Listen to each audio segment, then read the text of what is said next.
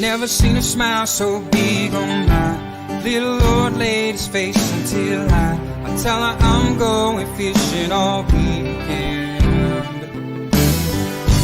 Pack up all of my bait and I make plans for 7:45 and I swing around, pick up my date for the weekend. Some reason she seems to please when I'm leaving. There's something I'm missing when I'm gone fishing. When I'm gone fishing. When I'm gone fishing.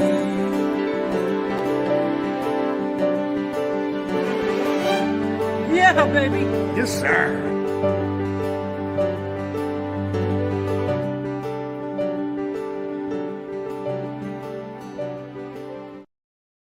Well, good evening, CFNers in CFN land. Hope everybody had a great weekend, and it has been a half-decent start to your work week. I know Mondays are tough, and they were tough. Even to get a post out today about the live broadcast, we had some flip-flopping and some folks that we are going to have on the show that we were going to have tonight, but unfortunately, for a number of reasons, like for instance, Big Jim won't be with us tonight unless he makes it in the last hour, the 11th hour, as he is in Ottawa.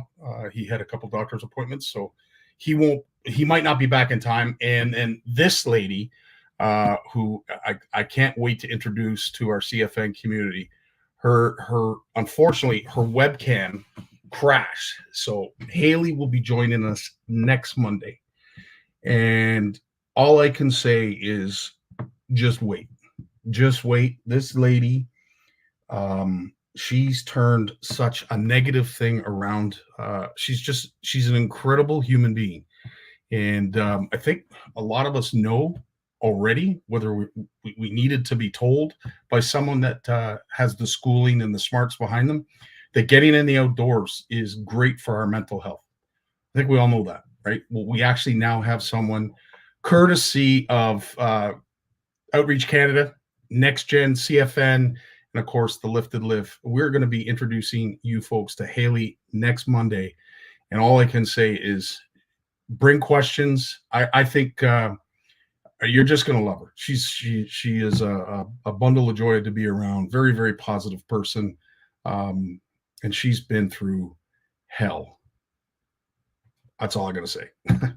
Absolute hell, and she's going to share some of those stories, so hopefully some folks can relate. As I say, it's going to be an interesting session, something like I've never done before here at CFN. But what I want to do is I want to open up and offer the opportunity for folks that might need someone to talk to, can relate to the mental health and how that relates to being outside, not necessarily fishing, but just being outside. She has some incredible takes on that, and she's going to be sharing that with us next week. So I can't wait for that day. I can't wait for Monday to introduce Haley. But needless to say, we are going to have a lot of fun when we do. Steve, always a pleasure to see you, buddy. Love seeing all the edits. Thanks for all you do behind the scenes, but I can't thank you enough. Jim, the world, or at least our community, I should say, our community lives vicariously through you. Thanks so much for joining us. Lloyd's in the house. How you doing, Lloyd? Eve's here. Corey, longtime CFNer. Nice to see you as well, Corey. Sonia, you talk about positivity.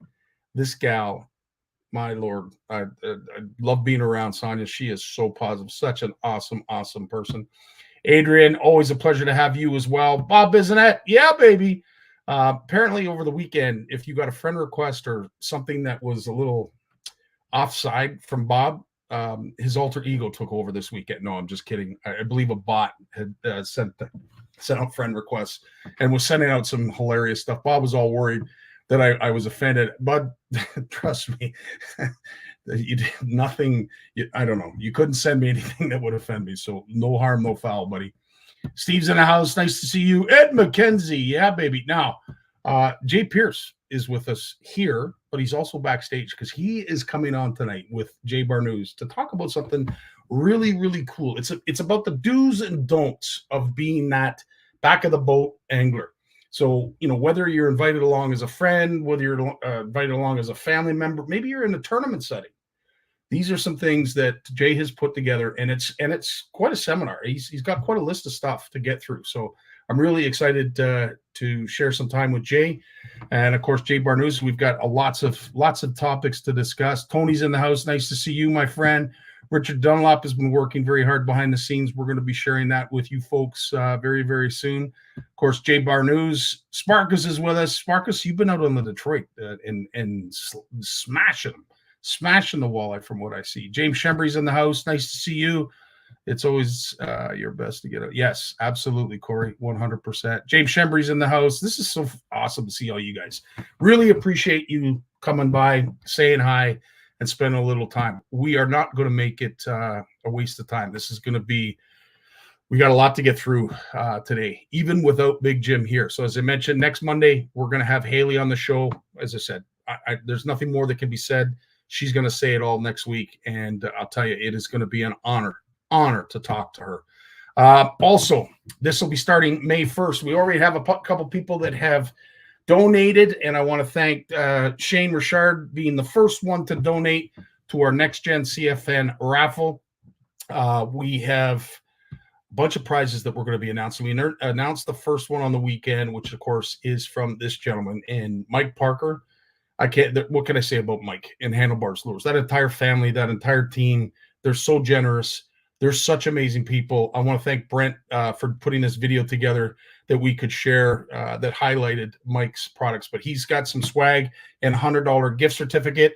That's already available. And right after the show, we're going to be announcing this one from Thirsty Lures. And a big shout out to Frank Thurston because he's got a Thirsty Lure prize pack. And this video from our very own Master Crow Outdoors. He's out on the East Coast in New Brunswick. I'm almost positive New Brunswick. And he demonstrates how well Thirsty Lures work. So that video is awesome and really cool. So I look forward to posting that. And a bunch of other things. Obviously, Mike and I are going to be making some announcements about the CFN Fish Off that is going to be starting May long weekend. So I know we got to get to it. We still have to speak to the fine folks at Shimano, and I'm hopefully going to get a hold of them tonight. But needless to say, the Fish Off is going to go. We are going to do it. It's going to get done, and it's going to run from May long weekend to Canada Day, as it always does. So I look forward to that. I am thrilled to announce that Horwood Lake Lodge, during the dates of August 11th and August 19th, which in just by coincidence happens to be our 6th annual CFN retreat, it's booked solid. There are no spaces available. Awesome. That's all I could say. So thanks so much to Warren and Doris for setting this all up. And of course, we have a packed house, and we're looking forward to that. August 11th, August 19th. Those dates are off the schedule or off your calendar. You're unfortunately going to have to pick another date if you want to go to Horwood. And I'll tell you, walleye season is just around the corner. Everything's right around the corner. And I'll tell you, I can't wait to get back to Horwood.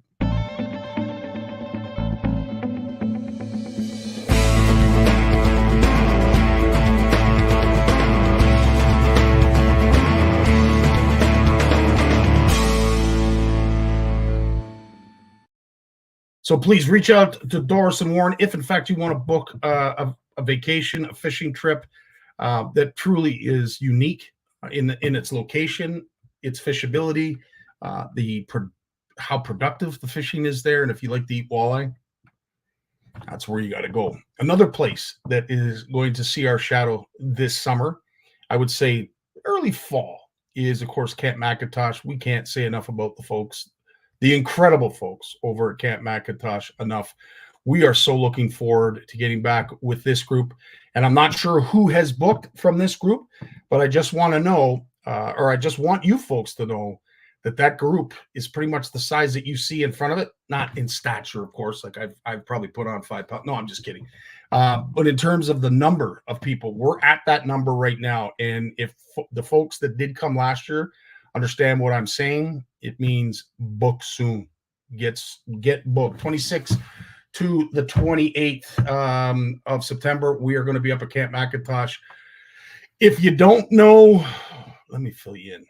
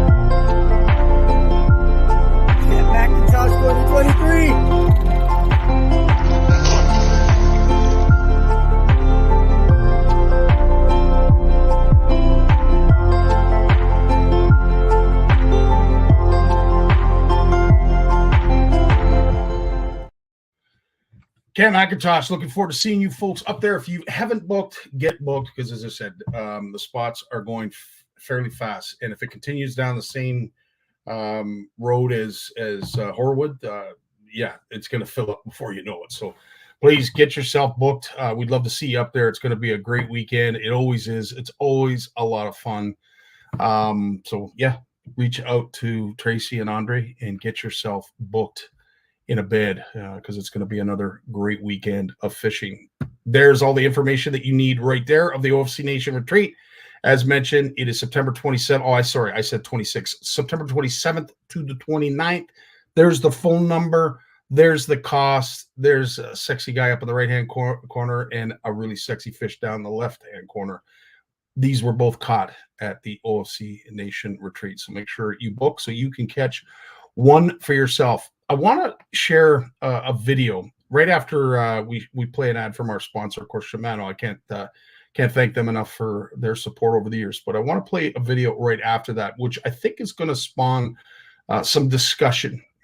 So with Lawrence J and Jay Pearce, I'm going to play it just so that they can chime in after, because this gentleman, Darcy Cox, does a fantastic job explaining yet another facet to forward-facing sonar that some of us maybe have thought about prior to forward-facing sonar, but now that forward-facing sonar is making it easier for us to catch fish, he's got a concern, justified and warranted, and I want you guys to listen to it. But before you do, let's talk about Flash Boost. What is Flash Boost? Shimano designed innovative Flash Boost technology. It keeps flashing, which attracts fish whether in a pause or while retrieving.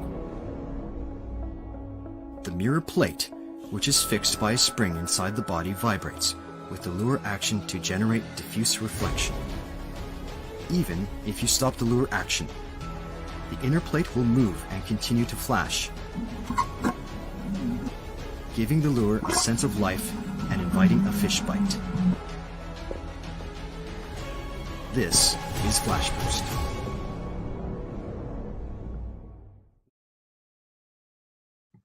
But I wanted to do another quick video on some concerns that I have about the future of muskie fishing, basically. You know, live scope is a big controversial thing. I'm not here to rag on it. I use it. I think it's amazing.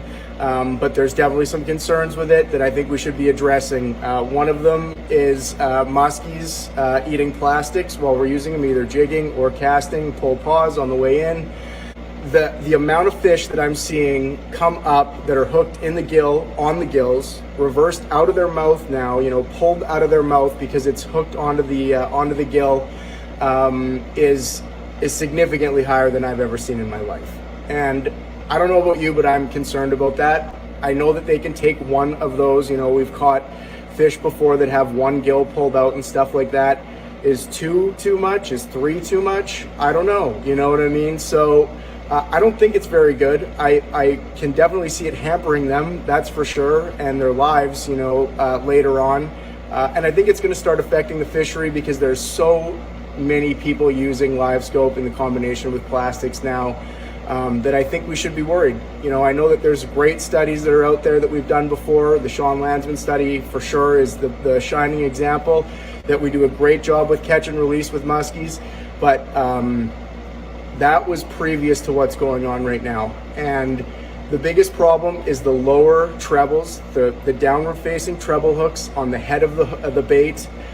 Those are either catching the tongue or catching the gills. And like I say, tongue or gills reversed out, I mean, those fish are in trouble. I compare this to walleye fishing.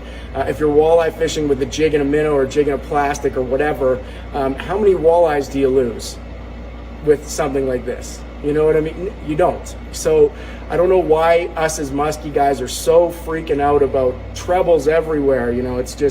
It's something that we need to get away from, I think. So this is a 8-aught Jobu hook. I'd like to find something that's a little bit thinner gauge, but this has been the best one for me so far.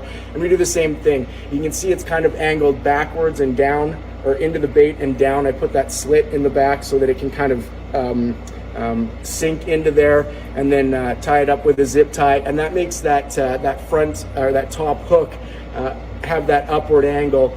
Great hooking percentage with this as well. And same thing, I take the front treble off of these. This is the first year, this last season, that I had a 50-incher eat a Magnum Bondi bait and the front treble was past its gullet. You know what I mean? That goes to show, I mean, they freaking love these things, and they eat them hard. And, especially when you're jigging over top of them, you're just dropping it into the bucket. You know what I mean? And so 300-pound or 350-pound is what I got on here, fluorocarbon that I just wrap around and send through the hook eye here, or the hanger there, and wrap it around, and you can station your treble on the top of the hook at least. That's a lot better positioning for them as well. I do the same thing with the back one. So not only is that great for the muskie not getting it in their gills, it's great for snagless stuff. You can drag this thing along the bottom. So as opposed to that treble being stationed up here, I mean, I don't know how many times we've seen it where we get bit, we bring it up, and the teeth marks are from here to here on the bait because he's T-boned it.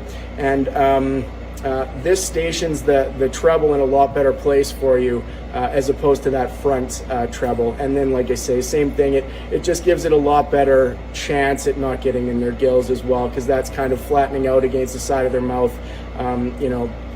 It's in the way of their tongue. There's no getting away from it. So I prefer it without this, but if you can't get away from using a treble, please station them back just a little bit, and it'll help a few more fish out. The other thing, of course, I'm doing with all this is barbless as much as we can.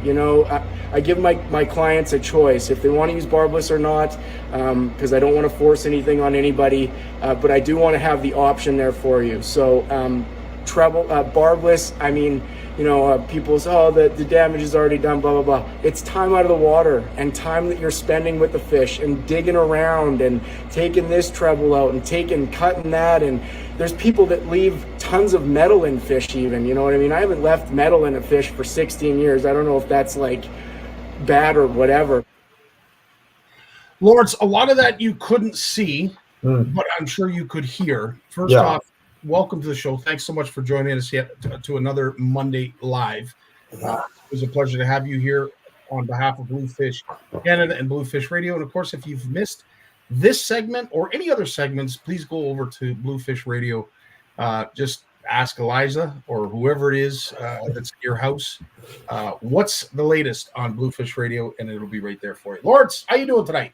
I'm doing well, buddy. And that's a controversial topic, this treble hook business and the lures. And I've been wrestling with the bait makers on this and the scientists, going back over 10 years. I attended my first muskie symposium put on here in Ottawa. And I said, why all these treble barbed hooks? And the scientist said, yeah, that's a good question. And he was ready to answer. Then he looked around in the room at all these muskie anglers and he realized he wasn't going to answer this, because the general understanding is if it's a fish of 10,000 casts, you want to have every hook possible out there to make sure you're going to connect, because you got to wait another 10,000 casts before the next one comes along, right? So that's what they say. But then you look at the baits and then you talk to the experts and they say, well, time of year, right? Some time of the year they're T-boning, and other times they're following. In the late winter, they're following. So you want to have that tail hook. And early in the year, you want to have the head hook and the middle hook. So they have the baits that can do it all. But all those hooks are out there. And for sure, forward-facing sonar has changed the game. It's not the fish of 10,000 casts anymore. So do you really need to have all these treble hooks? I interviewed a guy, he's a muskie guide on Lake of the Woods, and he refused to use barbed hooks. He said, we got guests coming out staying at our island resort. They get a giant muskie hook with a barb stuck in their hand or foot or leg or whatever. They got to evacuate that person to an emergency room. Whereas if it was barbless, they can just pop it out, no problem. There's no nerve damage. It's not going to be a bleeder. And the person can continue with their fishing experience. So just for that reason alone, but he says for sure, it makes it a lot easier on the fish, but this is a real touchy subject this guy's getting into. I'll tell you, it's a touchy subject. It is. I like his approach. Please go over to Tank Industries if you want to, over on Instagram, and you can see all of Darcy Cox's material that he has, that he shares. The video, as I said, I did edit it a little bit. Because it did have a lot of controversial topics that could be spawned on just by listening and playing it. I took segments that I thought really pertained to the discussion, which of course is forward-facing sonar. Obviously, we know it's going to make us better anglers. It's going to tell us more, which of course is going to make us better anglers. But because it's going to make us better anglers, maybe we don't need to have to. I picture, and forgive me, muskie anglers, I just picture that a known area that you guys and gals frequent that has produced fish for you in the past. Maybe the contour is exactly what you're looking for, but really at the end of the day, electronics haven't really given muskie anglers the ability, unless they're deep, to spot them, to locate them. Right? You locate structure, you catch a few fish off that point, to go back to that point again. And I just see this, it's almost like a lawn sprinkler, it sprays water all over the lawn aimlessly, at a different cadence. It's what it reminds me of muskie anglers, because they're literally just broadcast casting in all different directions on an area that holds fish. Now, with forward-facing sonar, it's going to cut down the number of casts you have to make. It's going to make you a more productive angler, because you're going to be able to spend less time looking for fish. You'll end up spending more time looking for them, but spend less time, just broadcast casting in hopes that you're going to catch one. I love his approach, because something that I have always said when it comes to walleye, I don't like a lot of trebles. If I know I'm going to catch and release fish, the last thing I really want to do is be fishing with trebles. That's just my take. Everybody's entitled to their own opinion, but typically folks who know me, I'm a single hook lad. I'd like to be able to have that ability that it's not necessarily going to get taken deep, and I have a better chance of releasing that fish quickly back into the wild. Again, that's just my take. So I really appreciated this video, but the fact that forward-facing sonar is used in it as, well, listen, it's going to make you a better angler, and here's why I'm concerned. I think that is just brilliant. Darcy, a tip of the hat to you, man, because it certainly is a segment that I think we have to pay attention to. I think fish health and fish care is of paramount importance, and especially when we're talking to Lawrence, it becomes that much more. So it's my fault. But no, we have to evolve, right? We have to evolve. If we're not going to reverse away from using these new modern technologies, we have to evolve the regulations to coincide with those technologies, so we're not beating down the fish species that we want to enjoy catching, and have our kids catch and their kids catch. So there's a give and take, right? Yeah, there is. And I love some of the comments. And Port Frank's charters, great. I love this. If you don't intend to harvest a fish, then don't try to catch it. Makes all of this irrelevant. Just his opinion. And I appreciate that stance, because it's completely valid, 100%. There's no arguing that. But as I said, some of us are catch and release anglers, and I want to up the chances of the fish that I catch survive. So therefore, I'm not fishing in deep water. I'm trying to keep away from trebles. It's just my approach, just my opinion. But Port Frank's charters, thanks for that. I really appreciate that. Go ahead, Lawrence. No, I agree. Look, you go out with fishing with kids. Last thing you want your kids to see, especially small kids, is a bloodbath when a vessel gets cut because you deep hook a fish and you can't get the hook out because there's a barb, and then next thing there's bleeding and the fish is floating upside down in the water, and then you got to explain, well, that's going to be for the birds, and they understand this circle of life, but it's just so much easier when you could just pop the fish off with a barbless hook, because you're just having fun and the fish is no worse for wear, and your kids the enjoyment never stops. There's no pause in enjoyment as the blood thing has happening because you got some deep hook fish, that you're wrestling with, and it's just more fun. And you get a big pike, you bring it up beside the boat, and everyone can look at it, and then you just shake it off, and poof, it swims away. Yeah. And Jay talks about that in his comment about the ability to shake it off, and of course Ed has certainly seen his fair share of that as well. So it's a different take if you're a charter or a guide captain, because you want your client to catch fish, so you're going to do everything in your power to increase that possibility. Again, and dealing with people that maybe have never caught a big fish, a big muskie, and they're going to do everything wrong to spoil their chance of it landing a big muskie. So you got to work all the angles to make sure their inexperience is not going to work against them, which is more barbed hooks, as many as possible, and all the technology, and hopefully not many things will go wrong enough that they'll lose the fish. So it's for sure the guides. They get their tips on the big catches. They'll pay, they'll pay the fee, but they'll get the tips on the catches. So a couple takeaways as well to unpack from that. I'm actually interested that he gives his clients the option of barbed or barbless hooks. I was kind of taken back that the anglers would be that concerned, that they would want to be able to use barbless hooks. So anglers, good on you for being conscientious about that. And also, I think it's more important now. Maybe I'm wrong. To employ a guide. If you're not that familiar with muskie fishing, and from a lot of us here, it's not a fish that I typically target. I don't know about you, Lawrence, but I highly recommend, if you haven't spent a lot of time with those fish, employ a guide. You can't go wrong. Yeah, no, especially when you're dealing with a lot of big hooks, and you need the equipment and you need the experience on how to cut hooks. So you need those hook extractors, the really long ones. You need you need the giant nets. There's a lot of investment in expensive muskie related equipment, but if you don't have it and you catch a big muskie and you're thinking, oh, okay, well, it's not going to fit in the net. How am I going to get this hook out with my 6-inch needle nose pliers and my little wire strippers?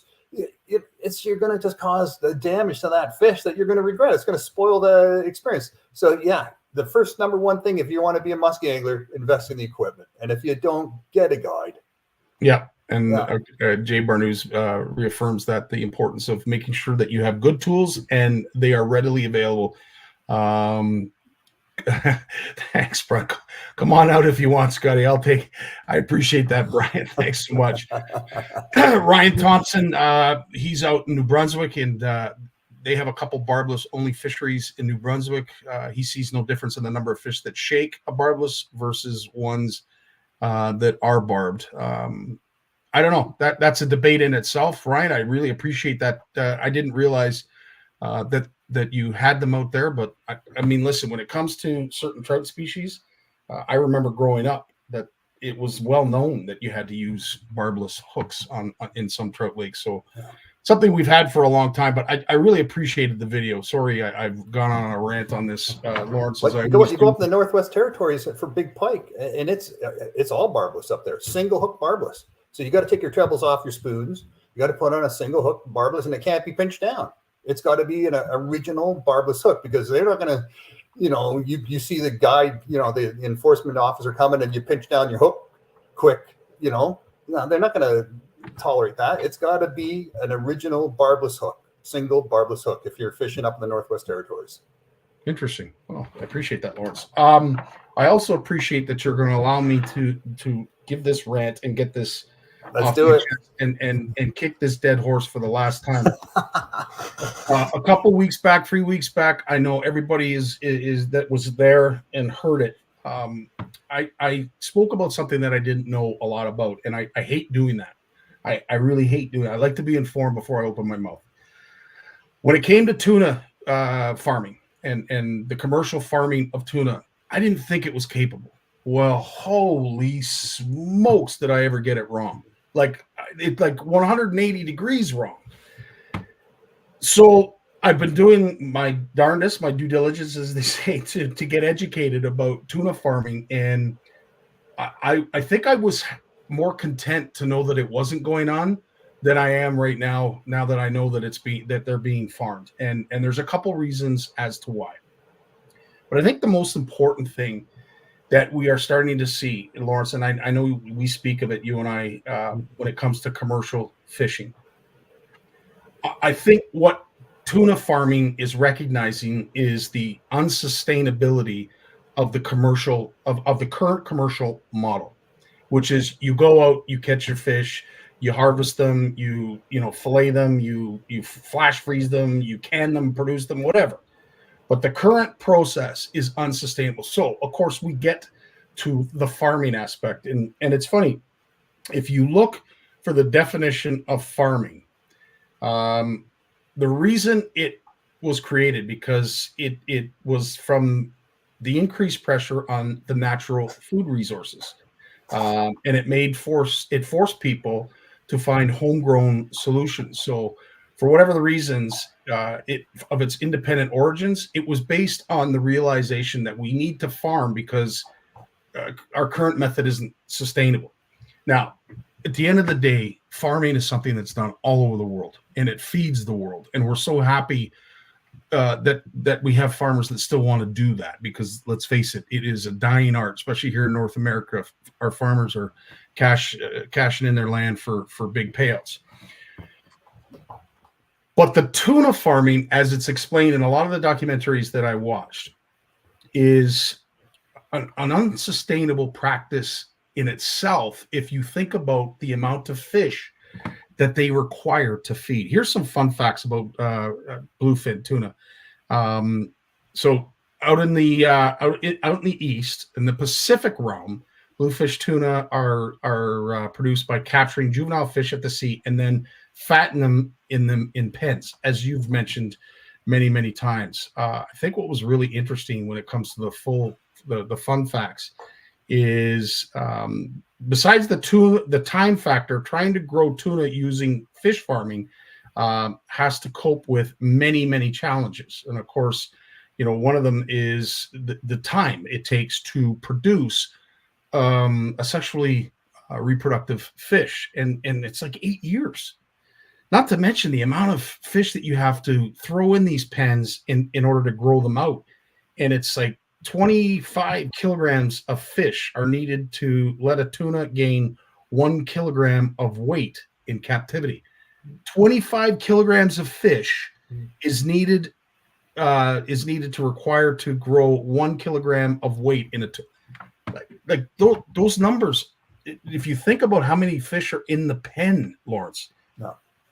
How do you keep up with that? Now not only are bluefin tuna a protected or endangered or whatever species, now we're going to do the same for its food base, its forage. So we're over harvesting the forage to feed the pen fish that we're raising in the pens. We should be eating the forage. We should be eating the fish. We're feeding the fish. That's kind of what they say. I think what I'm trying to get at with all this, if people don't realize where I'm going with this, is, guys, like, I think we need to understand what the real problem is. We're trying to feed too many people, and maybe tuna, as wonderful as it is, it's at the brink of, if we don't farm it, it's going to disappear. And if it disappears, we're not going to be able to farm it. I can't believe we're at that crossroads when it comes to tuna fishing, because the farming of tuna makes up 30% of the yield, which to me is a staggering number, Lawrence. 30% of our bluefin tuna comes from farms. When you think about all those cans of tuna in the grocery stores, like how many cans of tuna do you see in the grocery stores, and how everyone buys canned tuna, right? And then you think, well, is this sustainably wild caught? Who do I believe? Because the Marine Stewardship Council is just one of these certification organizations, and they've been called out a few times on, maybe not accurately labeling some of the tuna that are being harvested around the world as sustainable when they're not sustainable. It's such a fraught topic. There's so many opinions, and there's so many people raising red flags about this, but it's such a valuable commercial activity to sell canned tuna and sushi, from one end of the spectrum to the other. Man, people don't want to give it up. 100%. Ed, you're 100% right. And thanks for pointing out there are many types of tuna. And, you've got your albacore, you've got your yellowfin, you've got different species, 100%. The bluefin tuna is what I'm most concerned about, based on the need, the demand, overseas. In the documentary, they talked about a restaurateur that had several sushi bars, and he's like, if I don't have bluefin tuna on my menu, people aren't going to come. So think about that for a second. So we're going to lose restaurants if we don't have tuna available. So you're almost setting yourself up for failure, because I just don't know how we sustain that. And the more I got into the documentary, the more I was convinced that. But here's my question, Lawrence. Is there any, like, we just learned that they're going to start farming octopus. Yeah. Where does it end? Yeah. Like how many of these super intelligent, apex predators can we lock up in cages and force feed them so we can eat them later? Like, where does that make sense? And if you think about it, and I'm so glad you used that analogy, because, we wouldn't say that as we drive by a cattle farm. Yeah. We wouldn't say that, right? Well, we eat steak, we eat meat, those who do enjoy meat and eat it, that makes perfect sense. But then all of a sudden we think about it from a fish farm perspective, all of a sudden we lose our minds. Well, the amount of antibiotics that are thrown into cattle are probably no different than what's being used in fish. But not to split hairs or get into the details. It's just, to me, is anything going to be wild caught anymore? You know what? Fish farming, 90% of aquaculture takes place in contained, ponds and tanks, right? It's just the finfish, the Atlantic salmon, the rainbow trout that takes place in these open pens. And it's because it's low cost and it's high profit. And that's very attractive to large corporations. Mm-hmm. And they're going to try to get away with it for as long as they can. And if nature suffers as a result because of the crap that gets dumped into the oceans, and it's very sensitive parts of the oceans when this happens, mm-hmm. and the disturbance it causes other wild fish and other, the whole ecosystem, marine ecosystems, it's not their problem, right? They get the licenses. The politicians make sure they get the licenses because they're going to create local jobs, creating the fish pellets to feed the fish, and then the jobs of actually caring for the fish and feeding the fish and harvesting the fish and processing those fish. They're all local jobs, coastal community jobs, right? Where there's not a lot of industry happening anymore. And, fishing is on the downturn in many places because, the ships are just way more efficient. You only need one giant ship to do the work of 100 small boats. So it's a lot of employment issues. It's There's so much involved. I mean, you even got First Nations communities out on the West Coast that are into aquaculture, and on the East Coast too, right? I mean, they're into it because it's jobs.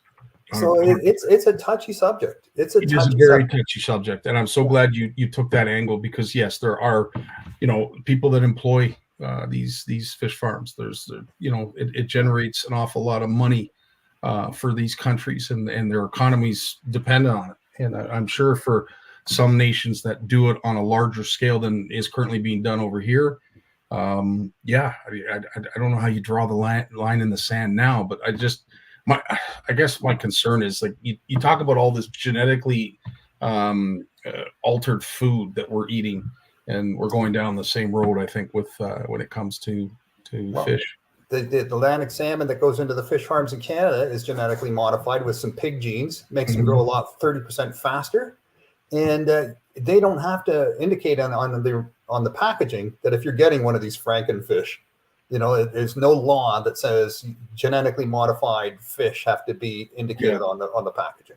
No, and when you watch some of those documentaries, and they talk about how they have to put an additive in the food in order to get the meat to be that color, that it's just like, oh man, no one wants to eat gray fish. What are we doing? And Lynn, this is the ultimate question when it comes to farm fish, and I can't say that I know exactly.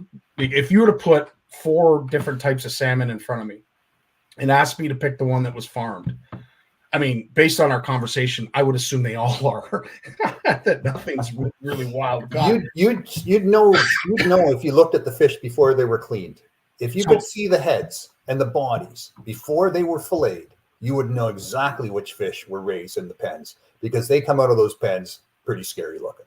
Okay, so that's a great point. Now let's think of it on your behalf, Lawrence. Let's say we put 4 pieces of salmon in front of you. Yeah. Would you be able to tell which one is farmed and which one it isn't from its taste? By the taste? Yeah.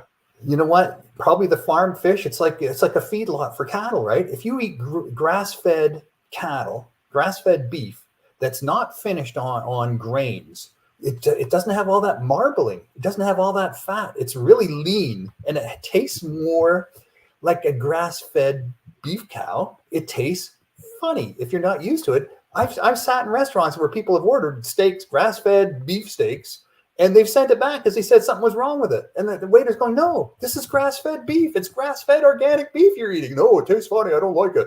It's because we're used to having this super marbled, finished beef that goes into a feedlot where they power feed it full of corn and grain, and they get them super fat. So the meat's all, got all those nice white lines in it, and you put them in the pan, and, and it tastes just like that they get us hooked on that flavor. So it may be the Atlantic salmon they're farming is fattened, and it's more juicy, and it has more flavor. It could just be.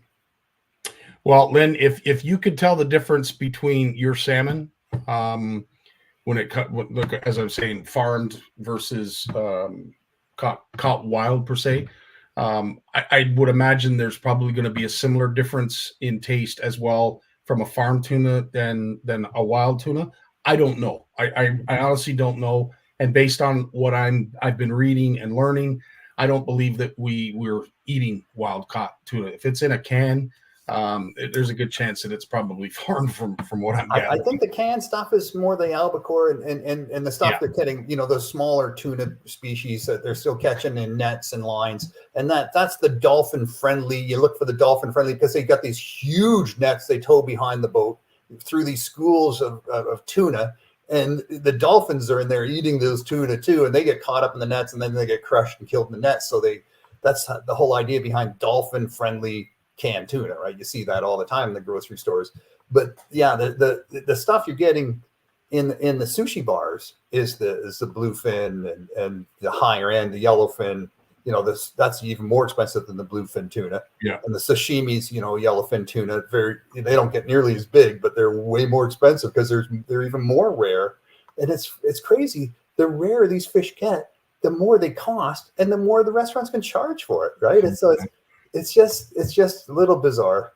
Yeah, and Richard, I'm with you, dude. I'd much prefer not to eat farm fish. Your question above, are the bluefin tuna fed fish, primarily fish? Yes. I have to say, based on the videos that I've seen, they are primarily fed fish. But as I said, to get 1 kilogram of tuna, you need 25 kilograms of fish. It used to be with the Atlantic salmon that they farm. It was about, I think, 8 pounds of fish to make 1 pound of Atlantic salmon in the aquaculture.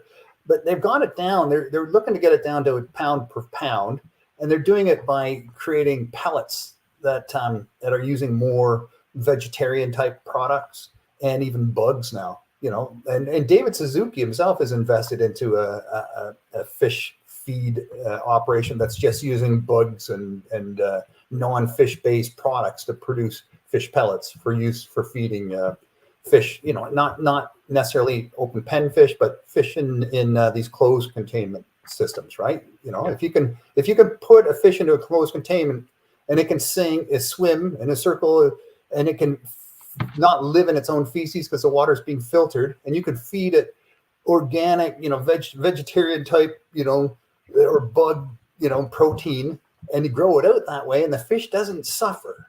And there's operations like this popping up around the world, and we're going to get there. It's just the upfront costs are much higher than just hanging a net in the ocean.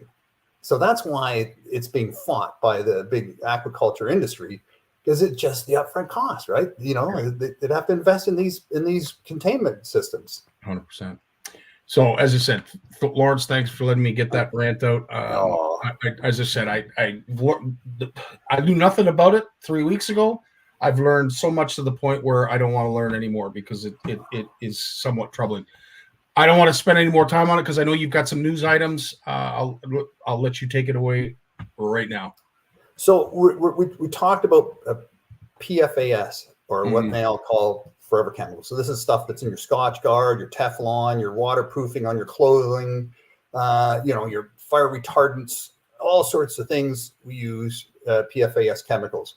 Actually, there's 20,000 different PFAS chemicals that have been manufactured for our use to make our lives better, safer, easier, whatever, right?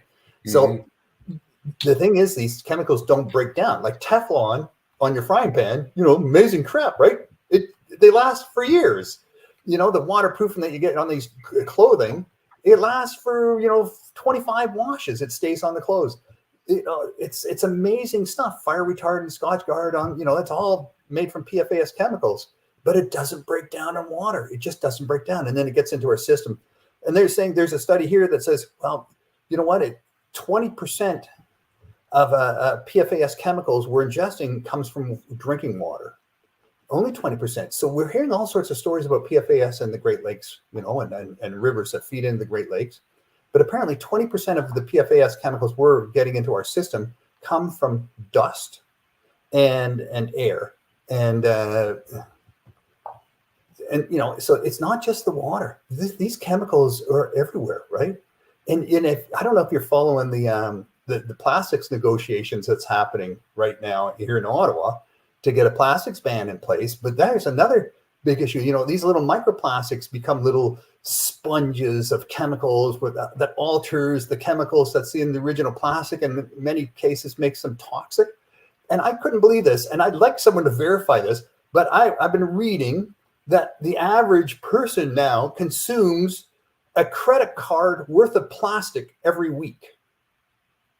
I can't imagine that, but this is what they're saying in the media, and the media is reporting this. So I don't know if they'd report it if it was fake news, and I don't know if people would say it if they didn't have the science to say it. But it's in baby's milk, it's in our blood, it's in our food, it's in our water, it's in our air, it's in the dust we're breathing. It's microplastics are everywhere, and it's in our muscle tissue now, it's in our fat. And if we're eating a credit card amount of plastic every week in everything we consume, this is also very troubling. Very troubling. We're making this stuff, to make our lives better, but are we doing the proper research to make sure we're making it in a safe way? And that's the question. Are we just cutting corners to make it as quick and as efficient and as effective, or are we making it safe as well? And I think what the industry or what the government's going to start saying is that you also have to make it safe. We shouldn't have to prove that it's not safe later, like cigarettes. We had to prove that they weren't safe before we could regulate them to death and get them out of people's hands. But they should have to prove that it's safe before they bring it out, before they release it into the environment. I don't disagree with you, but unfortunately, in a capitalist society, that's not how things work. I know. Not in our country, but there are countries where it is happening more, for sure. 100%. Yeah. And of course, I say that with all due respect, Lawrence. But at the end of the day, it's sometimes we miss the more important steps. Yeah. And it is what it is. But we say this all the time. We're going to continue to pollute ourselves until it's all done. Anyway, I hate to think about it. I'm thankful I'm not going to be here to see the inevitable end.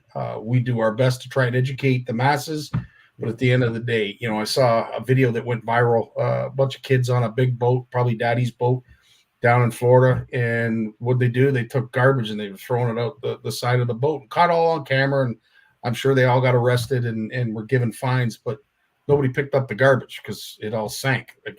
I don't know. As I said, we're learning, right? Like they used to haul the garbage out of New York City and on barges and dump it out in the ocean, right? That was the way they got rid of their garbage for decades. They don't do that anymore either, No. So we got to learn. We got to evolve. We can't get stuck in our ways. That's for sure. I like your positivity, Lawrence. We got time for one more. All right. Oh, okay. So here's culverts, right? So this culvert issue, and I know we've talked about this before, and I know Jason Barnucz has some really good insights on culverts too, but this culvert thing is just a hugely problematic issue when it comes to any fish that migrates, any fish that needs to get to its habitat. And then we block that river with a culvert, and we take a river and then we squeeze it down into a small culvert so that every time there's a spring fresh where there's tons of water pushing through that culvert and it's squirting through there and you get jamming logs and rocks in there and creating blockages to the passage of fish that we originally thought could happen when we put the culvert in. Now it's all blocked up with crap. Yep. Or it's shooting out the other end so fast it's washing away the fish habitat, the spawning habitat, or it's so blocked up at the other end. It's not all the fish habitat at the top and above the culvert is being sedimented because the water's being stuck there at the mouth of that culvert. There's thousands and thousands of these culverts now that need to be replaced so that we can allow the wild fish, especially on the West Coast, but even on the Great Lakes, there's thousands of culverts that need to replace so that the fish can actually swim out of the lakes, up the rivers, and into their smaller streams and in areas where they're going to lay their eggs. And the sooner we get at it, the better chance we're going to have at really having sustainable wild fish, right? This is one of the big issues. Just a simple culvert is a major issue that's causing wild fish populations to drop. Interesting. I mean, I guess, well, no, I have to say I'm a little surprised. I would have thought they'd have to be cleared or we'd hear all kinds of reports of flooding, but I will trust that you know what you're talking about. So when they're not cleared, the flood goes over the road, right? But they're cheap. You can replace them, but when they're way underneath the highway and you have to replace it, they say what you need to do is you have to build the culvert as wide as the river, so that there's no sort of choke point. Yeah. And if you can create your culvert or your water passage under the road as wide as the river, it's perfect habitat for the fish, and it's going to be great. And they're showing it when they're doing it.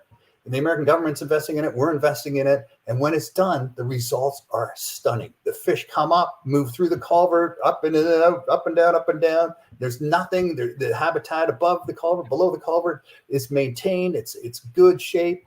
It works so well. It works so well. Why didn't we think about this before? Well, we're learning as we go, right? Yeah. And as Jay is attesting here, culverts are only temporary. like roads, they need maintenance. The issue is many agencies do not make it a priority. Yeah, obviously. If what you're saying is true, Lawrence, then yeah, obviously we haven't. We've got regional municipalities, conservation authorities out there that perhaps don't have the money. They have budget constraints. It's not a big issue in the eyes of the agency. So yeah, no, this is a great discussion. I'm so glad you brought this up. And as always, Lawrence, our time flies by. So I will bid you farewell, but not before thanking you for coming here yet another Monday, spending some time and sharing some fun facts with us that we need to know. And good for you for digging in on that bluefin tuna, man. That's just such a thorny topic. But you're like a dog with a bone. You're not going to let go until you know. Oh no, really I'm done. I really don't like getting caught speaking about something, and it's something that I was taught as a young boy by my father. If you don't know what you're talking about, zip it. Just listen. That's why you have two of these and one of these. So yeah, but I have done my homework. So much so that I'm actually, I wish I hadn't. Because what I've learned. Growing is not always pain-free, right? Like, yeah, 100%. Yeah. Lawrence, have yourself a great week, my friend. Man. Thanks so much again for joining us and sharing some fun facts. As I said, we really appreciate your time. Yeah, thanks for having me, man. No problem, dude. We're going to have Barnucz and Pearce right after a word from Mr. Barnucz's sponsor. The fear of failure is failure itself. The world of science rewards the ones who are willing to try and fail. Because without the courage to embrace failure, ideas remain ideas. But with that courage to fail and to learn, ideas can change the world. Mr. Barnucz, how you doing? What is happening, Scotty? Not much. Now, listen. First of all, I want to welcome you to the show as we always do, and of course, we have Pearce in the lobby who'll be coming next. Lots of really interesting segments when it comes to the spring and the migration of fish. And one video that I wanted to share last week that I didn't get a chance, and I want you just to discuss a little bit of it. And of course, there is a question at the end that I have. But this is about Coutts Paradise and the Weather Network. I forget what her name is, but it's in the video. She does a great job. Found one. You catch this one? Woo! What is that? So it's an invasive species. Experts at the Royal Botanical Gardens are sorting out fish. And I can run any combination of 5 inbound baskets, so fish trying to get into the marsh to spawn, and 2 outbound baskets, so fish trying to leave the marsh. We're doing this because Coutts Paradise Marsh is one of the last remaining big wetlands along the shore of Lake Ontario at the western end. How often do you check the baskets? So right now we're doing twice a day, every day. It's critical habitat for fish spawning, for birds, and yet the carp that we're trying to keep out over the last 100 years or so has really knocked back the aquatic vegetation. The ones that are invasive, what do you do with them afterwards? They're gonna just go down the water slide into the Hamilton Harbor. One of RBG's biggest jobs is to restore Coutts Paradise Marsh. Keeping the carp out of the wetland is key to that. We send them back to where they came from, and so they're cut off from their spawning grounds. And obviously, Jay, you've been 100 times, folks. If you haven't been down to see this in operation, it's really worth the trip. It's great to see that we have folks down there doing this work, Jay. But the importance of it. Can you just touch on the importance of that? Yeah. Well, let me just say something first. One of those people in that video, and she wasn't on camera, but she was in the background working. That's Madeline Mandrak. She's actually the daughter of one of my first managers at Fisheries and Oceans. No way. Her and her sister were in Heather's and our wedding 20 years ago, Wednesday. Holy. So she's following in her dad's footsteps. She's been working on a contract at the Royal Botanical Gardens, and she's been managing the Fishway this year. So yeah, and pretty cool story. So there you go. There's always a connection, man. This whole fish world is very small. It's very small. And on that topic, and I'm not going to have to give my apologies to Heather to have you here tonight. Am I on your wedding anniversary, Jay? Jeez, man. Well, Let's put it this way, dude. There's no big anniversary plans because we kind of burnt through all of our any kind of vacation savings we had. We kind of burnt it in Oklahoma. So I think we're just going to go for a nice dinner and have a nice night out. But yeah, so Madeline for that video. But anyways, back to Coots Paradise. So Coots, it's kind of a controversial topic, right, Scotty? We got to talk about common carp. So common carp have been here for 150 years or more. They're considered naturalized now. So once the species has been in Canada, the definition is naturalized. Once it's been here for over 50 years, it's part of the ecosystem. We consider it naturalized. The issue with common carp, though, is that they are destructive. They are they're rooting around. They cause turbidity. When you cause turbidity in the water, you impact photosynthesis on plants because the water gets muddy, and just their rooting around disturbs native vegetation. And there were many wetlands in the Great Lakes, especially, have lost a lot of their diversity because of common carp. So in Coots Paradise, which is it's identified as an area of concern. The area of concerns, there's actually 24 or more across the Great Lakes Basin. And so Coots Paradise is recognized, and Hamilton Harbor is part of it. And they put this fishway in to control common carp coming into Coots Paradise, which is a massive coastal wetland, which coastal wetlands are like, in the Great Lakes, they're kind of like our rainforests, and they're disappearing at a rapid rate. And without healthy coastal wetlands, we don't have good spawning areas for northern pike, muskellunge, largemouth bass, any of those sort of shallow water species. They need those areas to spawn, all the panfish. So they've started controlling, well, I say started, they've been doing this now for 2 decades at that Royal Botanical Gardens. The way it works is a lot of species can go into the wetland, except for common carp, and the species can come out of the wetland. The gates are designed to block out carp, not other species. So the fishway is operated where the operators are literally sorting fish, is what you're seeing. That one fish they did show was a rudd. And we've actually seen rudd on the CFN fish off, right? Yep. It's a large minnow. It looks like a golden shiner, almost exactly like it. And they're quite abundant, or becoming more abundant, in Lake Ontario. I've caught them throwing a jerkbait for smallmouth in the Niagara River. Like the rudd they're a pretty aggressive minnow, and they're common in the fishway. So the fishway does such a good job at keeping the bad things out of Coots Paradise. It can't keep all the common carp out, but it mitigates what's happening there. So, I have nothing against common carp. I love catching them, but they are a problem. So we have to manage them somehow, and that's one way we manage them. So one question too that automatically comes up, and it can be a controversial subject. But when it comes to invasive species, I don't want to get into a debate about carp and how we should prepare it on the smoker, or how we should bring spearfishing and all that stuff. Like I don't want to talk about.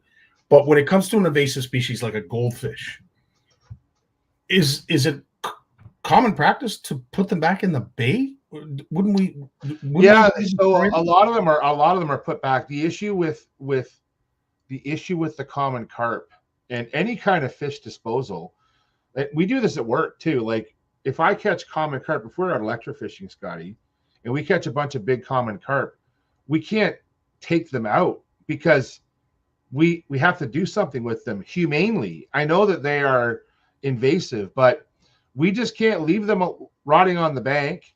Yeah. And we'll have to find a landfill that's open like late on and then, in the landfill, I know this sounds silly, but if you don't live in those areas, you just can't take random things to a landfill because you have to be a resident. Like all this, dude, this is crazy. It's like a snowball. I've thought about this before, and it's like, but our agencies don't expect us to kill all the common carp we come across. They are a problem, but we manage them. It's kind of like, I'm trying to think of an example when it comes to fish, but like even down here with the fishways, we manage what fish go up the fishway. right? And what comes down the fishway. Yep. That happens at fishways all the time. Whether that should happen or not is debatable, but that's what happens, right? So it goes on everywhere. And we're not just talking about common carp. We're talking about all kinds of different things that use fishways.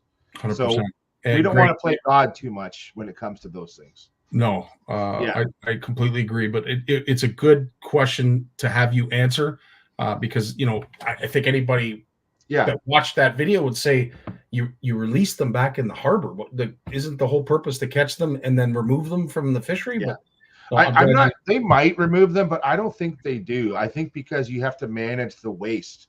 Yeah. And you have to euthanize them properly. You just can't flop them up on the bank. Like you have to, we don't want to get into animal care. Like I deal with animal care all the time. Yep. When I'm out doing my sampling, we have to follow strict protocols around how we handle fish, especially in the public eye. That's a big thing, right? So we talk about, I don't even like bringing up their name. You know who I'm talking about. The ones who don't like fishing, because if I bring up their name, I'm giving them airtime. But exactly. I'm telling you though that we have to be aware of these, and these happen. These groups are out there watching us all the time, as much as like groups like OFAH are helping us from the other side. I don't agree with everything OFAH does, but they do a lot of great stuff, right? So yeah, it's a tough call, man. But so when it comes to common carp, we try and manage them best we can. Lynn, you mentioned how long's common carp been a problem? They've been a problem. It depends on where we're talking about, how long they've been there, and what kind of habitat they're impacting. Like, you don't even notice them in Lake Ontario, like in the proper lake. There's thousands of them, but you don't even notice them. But only when they're up spawning in the spring, Lynn. So Lynn, you and Jay spend a lot of time like in Lake St. Clair, Rondeau Bay, those places. Like in the springtime, there's common carp everywhere, right? And they're just mucking up the shorelines, and you can't stop them all from spawning, but they do disrupt the ecosystem enough in places that they want to control them. So yeah. And Bill, being out in Saskatchewan, doesn't necessarily know a lot about what goes on here in the Great Lakes, and I appreciate that question, Bill, because at the end of the day, if you don't know, it's best to ask. And I would have to say they're not, because they're controlled. Would that be fair to say, Jay? Yeah, like I think they've kind of hit like a point of equilibrium where they're still a problem, but they're not as bad as, this is my sort of personal opinion because I don't have data on this, but everything hits a state of equilibrium. Like even, with common carp, they're still a problem, but they're only problems in certain areas. So like Bill, where you are, like you might catch them like regularly and you don't see them destroying the habitat in those areas. But in these Great Lakes coastal wetlands, they really cause a problem. We see diversity of other, like you take an ecosystem that could sustain 30 different species of fish or more, up to 50 different species. And then once carp get in there and muck around and stir the water up and actually eat and disturb all the vegetation, you go from a diverse ecosystem to a very non-diverse ecosystem with only maybe a handful of species left. So who are we to play God where we want to control the carp, but we're controlling the carp to protect these ecosystems that sustain all these native species that we like to fish for. Right? So it's hard. No, great. And you know what? These are the tough questions, and I'm so glad we have you available to answer them. Richard, when it comes to cormorants, I don't even want to venture into this discussion.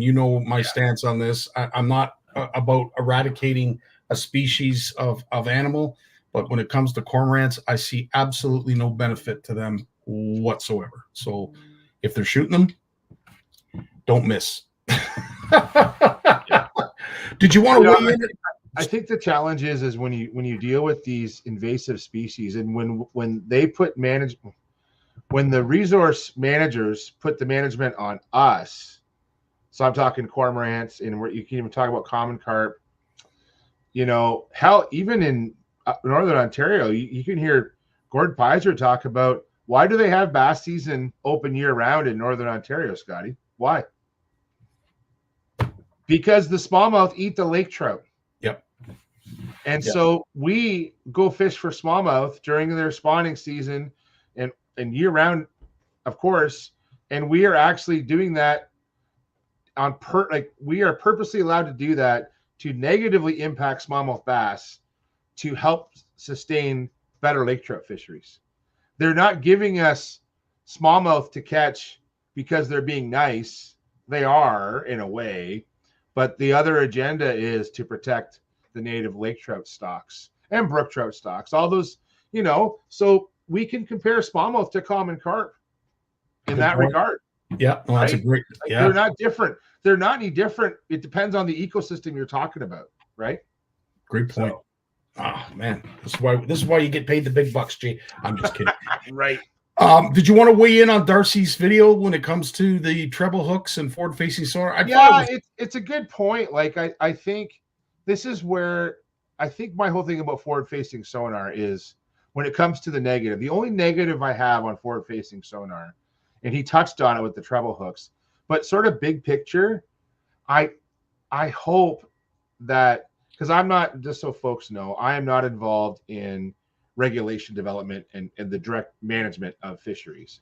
I do research, but I do hope that if things start to go south, that we respond, because it takes so long for for changes to happen sometimes, that if we wait too long, it could be too late for some things. And we touch on sometimes, like the Scugog walleye fishery is an example. We waited too long.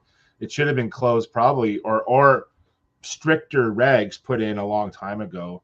And because these fish live so long, where we live at our latitudes, so we're talking about walleye, bass, muskie, and pike. These are long-lived fish. Like, these are fish that are living 10 to 20 years old or older.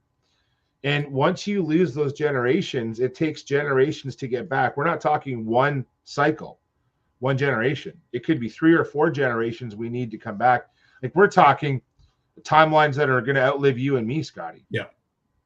So we need to react. And I hope that in Ontario, for us here, because I think that this is where we see it the most happening, from our peer group, Scotty. Like this is who we're exposed to the most. But I hope that all the agencies are listening to all the other agencies and the ones who are doing research on it. And we've seen some research on the barotrauma and the crappy releases. We've had great shows on that about the pros and cons and study design and things like that. But in the end, I'm hoping that these agencies, if things start to go south, that we are ready to make change and not sit on it and wait too long. That's all I have to say about that. That is very, and that could be the treble hooks. It's not the lures. I think it's not the lures. It's the limits. Like, we have to. I'm playing with my lures here, right, because of the weekend. But you have to be quick. Be ready to make changes. Don't wait. Use the data from other groups, other agencies on the same species, and make educated decisions if you don't have the information yourself. That's the only way to do it. Some great questions in the comments. Ed, when it comes to cormorants, he's asking, are they native to Ontario? I don't believe they were. They're native. Are they really? Yeah. They were wiped out. Not wiped out, but they were knocked back because of DDT. Interesting. So chemicals back in the 50s and 60s. We're talking back when the bald eagles and the ospreys, like so many fish-eating birds were impacted because of chemicals in the water. But where cormorants have done well, and I don't have the data in front of me, but where they've done well is because of zebra mussels. Interesting. It cleared up the water, right? They're visual feeders. They dive under the water and eat. So it's not their fault that they're so good at it. We did that. Humans, we brought invasive species in the Great Lakes, the zebra mussels and the gobies, and the cormorants have done. And then we stopped polluting, which sort of corrected the that issue with the birds. Like, think about this, dude. We had pollution, which knocked back the cormorants. We stopped polluting like we were in the 70s. The cormorant started to come back. Then the zebra mussels came in, and we made it really good for them. Not only did we bring them back to where they were, we've surpassed that. Does that make sense? Makes perfect sense. I thought too, Jay, I'm so glad you mentioned this, because I do believe that there were two species. One was native that did die off, and then the one that has come back is more Asian based, but I might be completely wrong. I don't want to say, but to your point, to your question, Ed, about being native, I just thought they'd been here long enough that they probably are considered native now. Yeah, so there are different. There's the double crested cormorants, which the ones we're talking about. Yeah, but yeah, I don't think there was two. There wasn't a second non-native one. Everything's been native, man. They're native to they're native to North America, native to the Great Lakes. Good to know. Yeah, that's they haven't. They're not like I know, because there's so many of them, and the way they kind of came on, they behave like an invasive species. They sure do. But if you think about it, that behavior was caused by us. Like, so most invasive species are here because of humans, right? Ballast water in ships. It could be coming through Asian carp coming through the sanitary canal in Chicago. All and live fish trade, whatever. But the cormorants are an artifact, I believe, of us cleaning up the Great Lakes, like, too well. Like, we brought it, we because of the zebra mussels, right? Now, it doesn't mean we've gotten rid of the chemicals, but we've changed where they are in the ecosystem. So the chemicals got absorbed by the zebra mussels, like then we're getting botulism now, right? So that's causing die-offs of native birds, like shellfish eating ducks, like canvasbacks, redheads, that kind of stuff, right? Yeah. Crazy, man. Crazy. It is. It is. And as I said, Ed, we've been out to I don't want to say the islands, but there's particular islands out in the Bay of Quinte area that are a perfect result of an infestation of cormorants and what they do to vegetation. But we have had him in the lobby long enough. The one and only Jay Pearce is going to join us. Yeah, bring him in. He's going to join us, and he's going to share something that's really, really interesting, something that, I think we've all had to do at one point, but didn't realize that perhaps we were doing it right, or in this case, Jay's going to point out that we might be doing it wrong. Jay Pearce, how you doing, my friend? Doing well, Scotty. How about you? Good, fantastic. Thanks so much for joining us tonight, buddy, and thanks for your support and everything that you bring to our community. As I said, it's I'd love to get all of you on here at one point, but I'm liking the fact that we're doing this one CFNer at a time. And Jay, we're going to start with you tonight. The topic that you're going to talk about tonight, very interesting. I want to thank you so much for putting it together in such detail, because we're going to go through it, and what we'll likely probably have you do is just go through your points. If it spawns any questions in the comments, I'll bring them up. If there's something that Jay Barnucz wants to bring up, just have at her, because as I said, the presentation you put together is extremely thorough, and I hope everybody listens. All right. The whole premise of this chat is about how to be successful fishing off the back of someone else's boat. And you know what? Like, I walk around fishing shows. For myself, I don't own a boat. So if I'm on a boat, I'm on someone else's boat. And you don't get the front of the boat. That's where the boater goes, where all the live scope and the trolling motor and all the control and the big casting deck and all that stuff. And that's theirs, like, no argument. But what I'm going to talk about tonight is how to be successful from the back of the boat. Cool. Right on. I got 5 points here that I'm going to kind of whiz through here, give you kind of the overview, and then we'll go back and discuss them in detail. Beautiful. The number one key to being successful in fishing off the back of the boat, being on the boat. If you are not on that boat, You're not going to catch any fish from it. Second one, you got to keep your fishing style flexible. Boaters are different. They're going to fish different. You got to be prepared to deal. If you are crushing fish from the back of the boat, be generous. Temper your expectations to avoid disappointments. And the last thing we're going to talk about is probably the easiest part of the whole thing, is a few strategies for fishing. Very, very cool. And Jay, obviously, based on what you said in the outset, is you have been a passenger on a boat for many, many years, and you've told me stories about joining commercial anglers that have fed tuna and a whole bunch of other things. Yeah. So you've had a lot of time as a passenger on a boat. Are these points something that you have just learned over time? What's because this is in great detail that you put this together. What created this? What prompted you to do this? It was actually when I was talking to you at the Spring Fishing and Boat Show, just before I went to that presentation by the two Joeys there at the backstage, and they were talking about how to be successful fishing as a team in a tournament. Yeah. Yeah, that's exactly Lynn Pearce, quietly catching fish out of the back of the boat. We'll get to her. And I walk around that show because I had a lot of time that day because my wife was working at the GCFA booth. So I was unsupervised at a fishing show, which is dangerous. But there are so many weekend anglers at those shows, and not nearly as many tournament anglers at those shows. Most of the tournament anglers are in booze and wearing their garb and stuff. But I was like, there wasn't anything that helped those guys. Like the guys, just the weekend warriors that are they're just trying to go out and catch a few fish. So interesting. The trick for getting on the back of the boat is to make yourself attractive to the boater.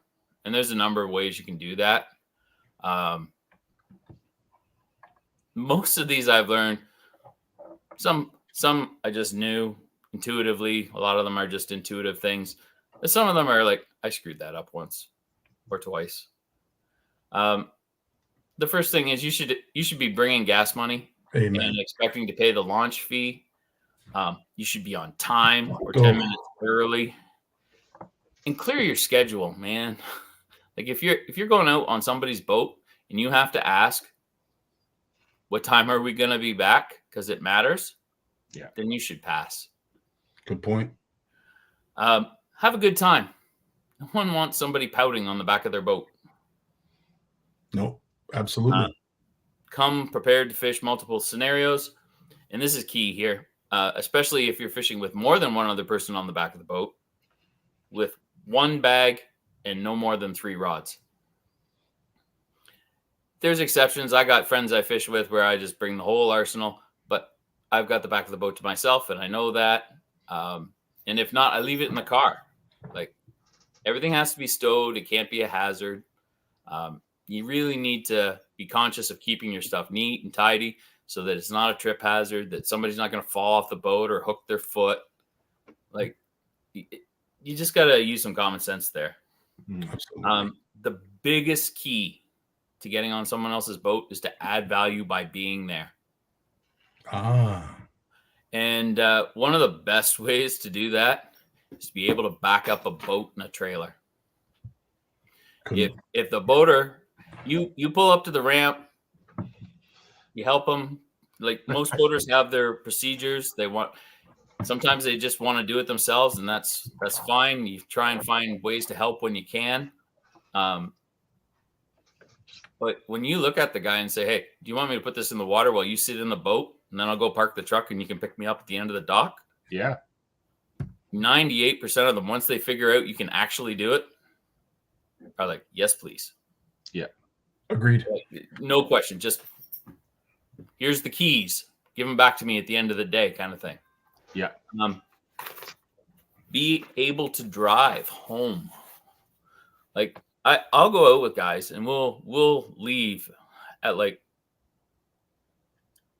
sometimes 3:00 in the morning. It's ridiculous.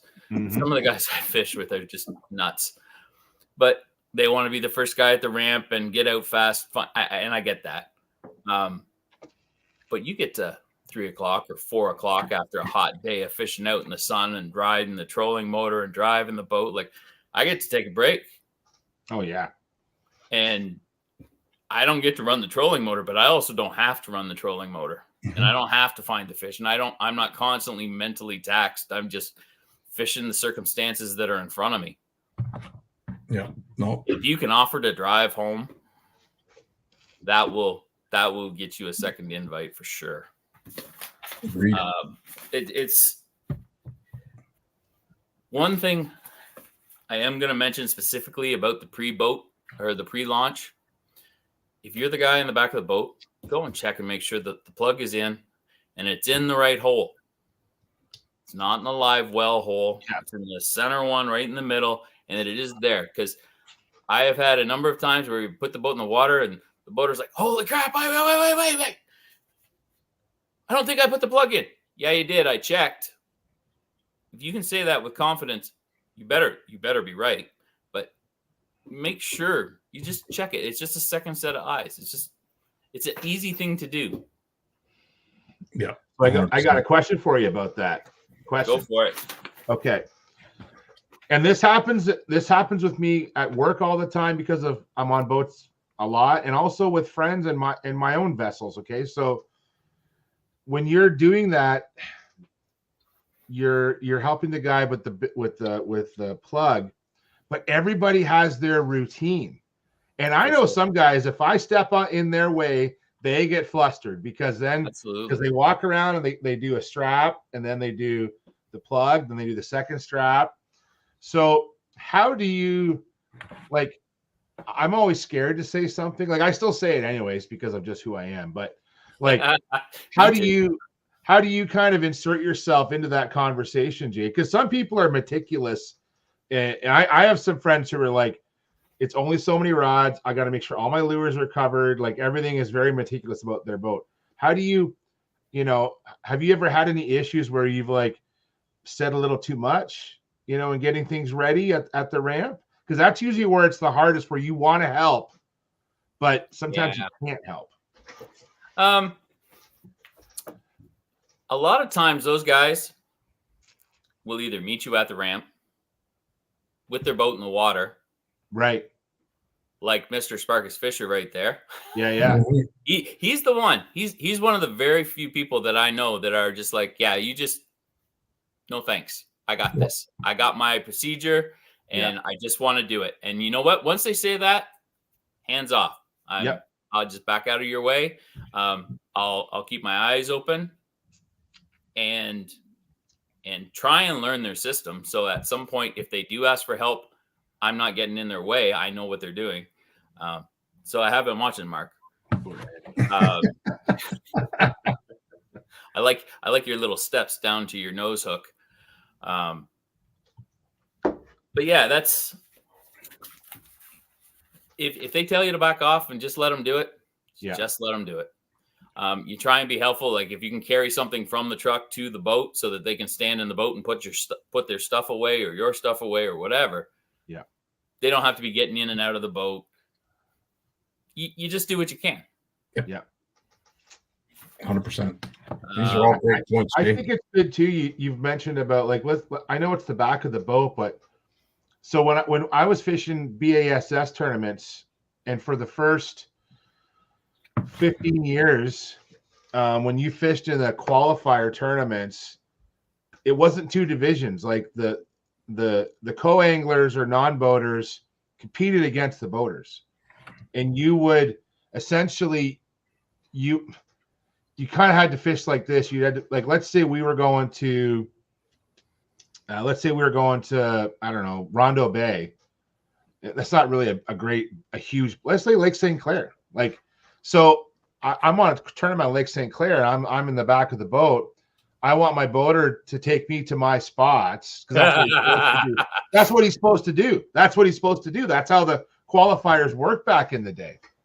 But instead of me picking, okay, I only catch fish at Walpole, I wouldn't do that. I'd be like, I would actually spend the week pre-fishing with my buddies, and I would find spots all around Lake St. Clair. So then if my boater, whoever I drew, because it's random draw, if they had water in an area, I'd be like, I got some spots nearby that I want to fish too. Yeah. And the big thing that happened with a lot of the non-boaters that didn't do well was they wouldn't take the trolling motor. They never learned how to work a trolling motor. They never learned how to do those little things. And the successful non-boaters, and I'll pat myself in the back, I made it to 2 regionals from the back of the boat competing against boaters.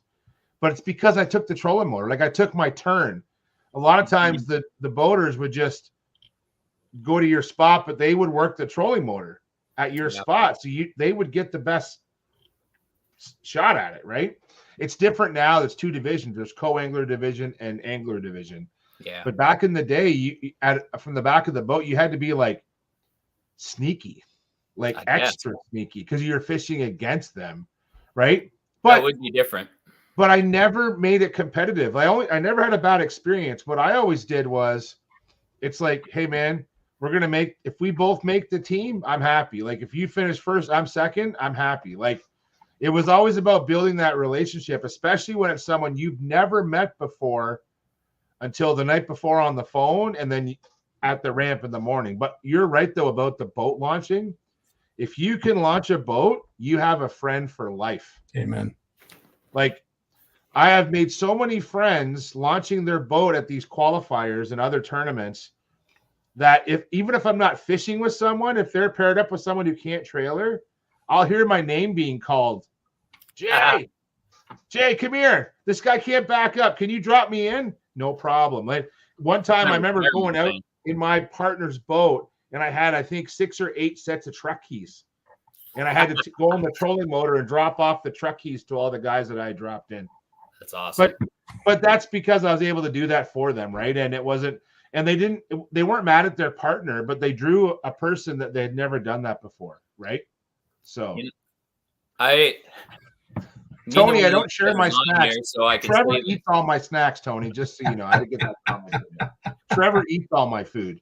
I don't even get snacks anymore. 2 of the guys that I have boated with in the past were new boaters. And, you go down there and they're trying to put their boat in the water and you're like, this is not going well. Yes. And you offer to help. I ended up teaching both of those guys to put their boat in the water. Now they're great. Yeah. Yep. It's just something I learned. I learned it. I knew what I was supposed to do. I practiced it. I know how to back up a trailer. Like, Sunday afternoon at 3:00 at Mitchell's Bay Marine Park does not bother me at all. Yeah. And we have to be cognizant too sometimes of who we're in the company of. And a particular point, Christelle, I was fishing with Sebastian Lizeau up in Hearst, and Christelle, his wife, backed the boat in, and I mean, like, did it like she'd done it 1,000 times before. And after I was sitting there with my jaw on the ground, I'm thinking, of course, like, they live in the north, like they've been doing this since they were knee high to a grasshopper. Like, yeah, right. Duh, like, figure it out, Scotty. But yeah, I was blown away. So sometimes, take your foot, insert here, and don't say anything, because, as I said, as sort of abnormal as it may be for us city folk to see a woman behind the wheel backing a boat up, it's second half here. They do it all the time up there. So yeah. So I'm told by boaters. Or so I'm told. Well, Jay, I'm gonna bring up a controversial one with I'll call them non-boaters or co-anglers, right? So the big one and I have sat through so many club meetings where this comes up, and people still bitch about it. I was talking to somebody last weekend at Jocelyn's store, and this is from a club that I was part of 20 years ago, and they're still bitching about this. It's like it comes up every time there's a rollover in members, it comes up again. It's how much do we pay, right? So when you're in a bass club, typically in a bass club, let's say your entry fee is $75 per person. Okay. So the way I used to do it was, I'm like, I'm going to pay your entry fee. So I got drawn with you, and I'm meeting you in the morning at 4 a.m. We're going to go to our club tournament. I'm going to pay the $150 for both of us. I'm probably going to bring some extra drinks and some snacks for my boater as well. And at the end of the day, especially if it's a long ass day, and we might stop for some chicken wings on the way home, and I'm probably going to buy them dinner. Like, I'm over $200. Yeah. But that doesn't bother me, because that's the price of business, like the price of gas. A lot cheaper than a boat payment. Yeah, price of gas, price of insurance. But some people are they're so particular about how much they pay, and it comes from both sides, right? It comes from the non-boater and the boater side, and like I've had people try and extort money from me because the price of oil went up, and it's like, okay. Like I'm talking like gear case oil went up. So I need another couple of bucks. But at the same time, there's people who think it's like a guide service, but then don't you tip your guide, right? Like, that's part of it. So how do you and your buddies, because I have friends who won't take a nickel from me. I have to like leave money in their truck, and they get pissed at me. Like, I've been there. Like, so how do you handle it, Jay? Because you fish with a lot of different guys. How do you handle it? And there are those unicorns out there that just do not want your money. Yeah. And a couple of them are probably watching. Oh yeah, I bet they are. They're married to each other. One, you know what? I just go out. If we stop for coffee on the way there, yeah, I pay for it. I don't ask. Just here, tap. I tell the lady taking the order, not. I don't ask. I just pay for it. Yeah. Or buy dinner, or you know what? There's a ramp fee. I'll just go get that, and don't give them a chance. Don't ask. Yeah. There's things you can do to help. Yeah. And just have a frank conversation sometimes. Like, I know you don't want my money, or you don't need my money. Yeah. But it makes me feel badly if I can't contribute to this really great day that we've just 100%. had. You know what I mean? Yeah. And if you don't want to take it all, like, here's what I'm offering. You take what you think is fair, and go leave it that way. Like, that's a good way to leave it. Yeah. Brian, great point here from Brian. And you're right, Brian. There's a lot of folks like you out there that just appreciate having company on the boat, and they don't want you to pay. They're inviting you on their boat. So, and I get that too, but unfortunately, I'm like you, Jay. I feel an obligation to pay. I appreciate when it doesn't have to be full pop, but stuff costs money, man. Like, if somebody's taking time away to come down and have a great day of fishing with you, pay your way, man. And I love the point. Don't ask how much. Just don't ask. Yeah. You know what gas costs for a truck. You should budget $100. For two people. Like, if it's two people in a boat, you should plan on dropping at least $100. And it depends on the boat. Like, if I was on Mark's boat, $100 probably wouldn't get us out of the marina in fuel.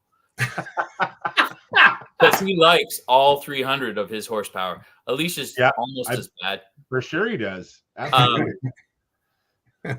But Nick, my buddy Nick, whose boat I go on a lot, we'll be lucky to burn 5 gallons all day.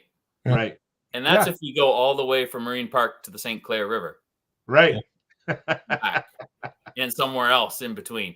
Like, boats are different. So, 100%.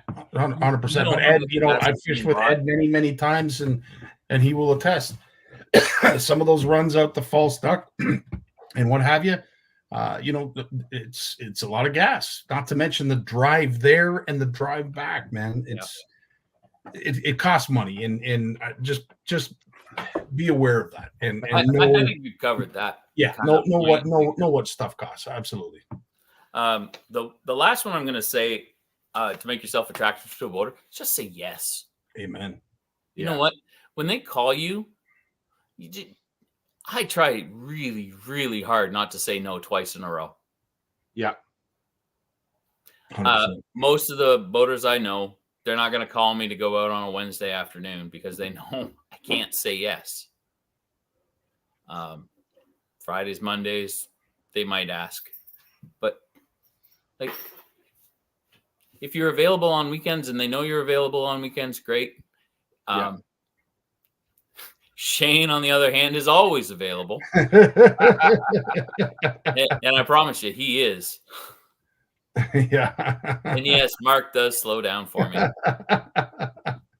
That's awesome. So Although great. that middle seat is not so bad. I actually don't mind that middle seat. You can go almost as fast as you want in that middle seat. Hey, Scotty, highlight Lynn's answer, Jay's wife, Lynn Pearce. Highlight her answer there about the GM vehicle. Oh, the GM vehicle? I have a friend that won't accept money. They have a GM vehicle, so I'll slip her a free detail. Like that's yeah, she has done that. That's awesome.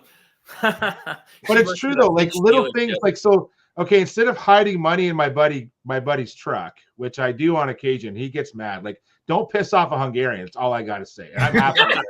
This guy's 100%. He's an angry guy. Like, he'll kill me in my sleep.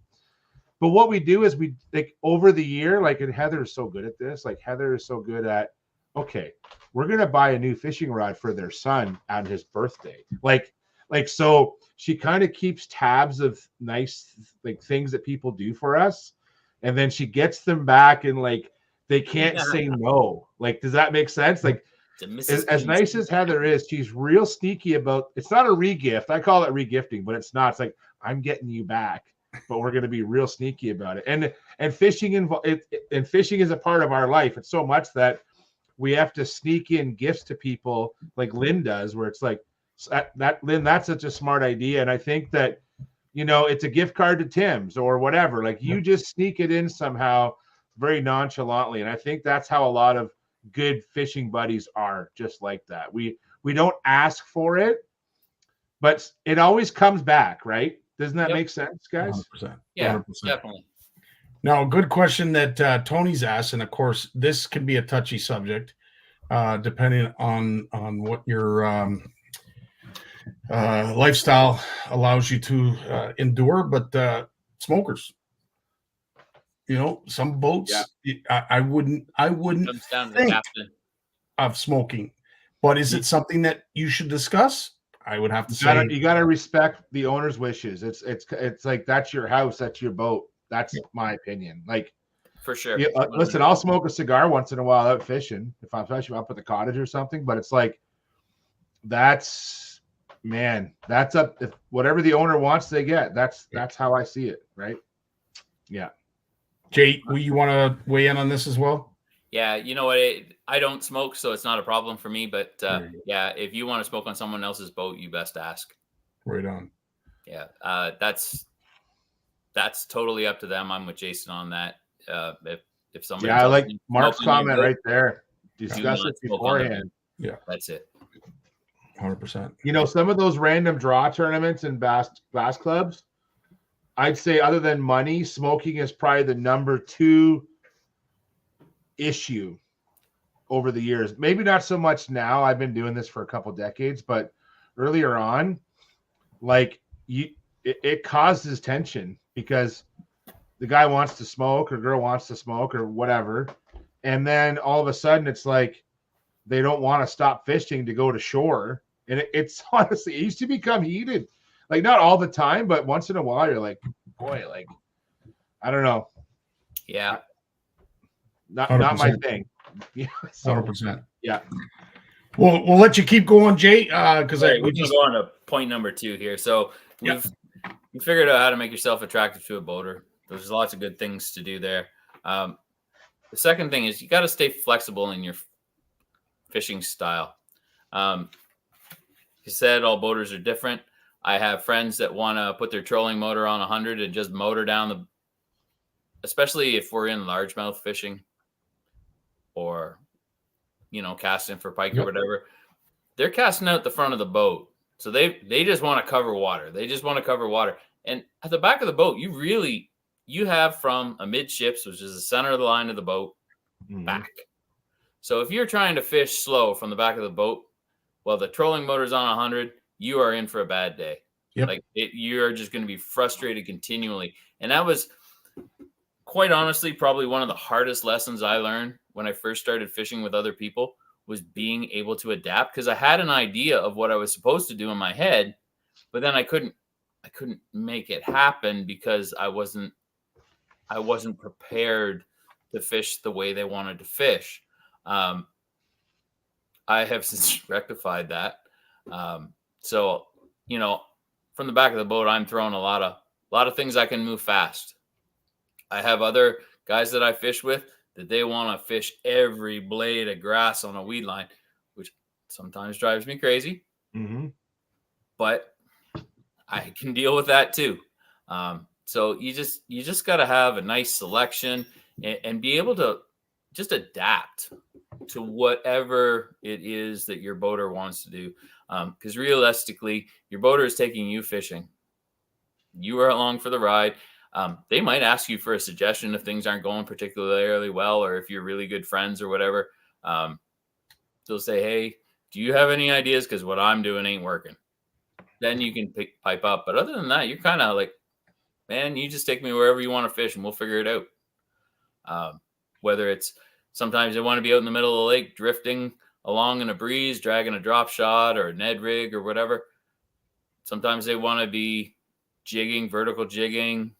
Who knows? You just have to be able to be adaptable. Agreed. No, that's how do you prepare? How do you prepare then? Like you mentioned, you're more prepared now. So obviously you've been out there a few times, and like, I don't know, maybe you thought you were going to go drag a Ned rig around and you end up like you're buzzing spinner baits around and you're like, I wasn't ready for this today. Right. So how do you prepare for that now? Like, what have you learned and what do you do different to prepare for that? It really boils down to knowing who I'm fishing with. I fish with the same people a lot. Mm-hmm. So I have a pretty good idea what we're going to lay down. The other thing is the way I set up, like if I'm doing a 3-rod deal, and one bag, like this is my bag. I can fish for anything with this bag. Mm-hmm. And 3 rods, jerk bait, crank bait. Hell, I even got a Bessie in there. One of those great big musky baits that I'm dying to use, but I can't yet.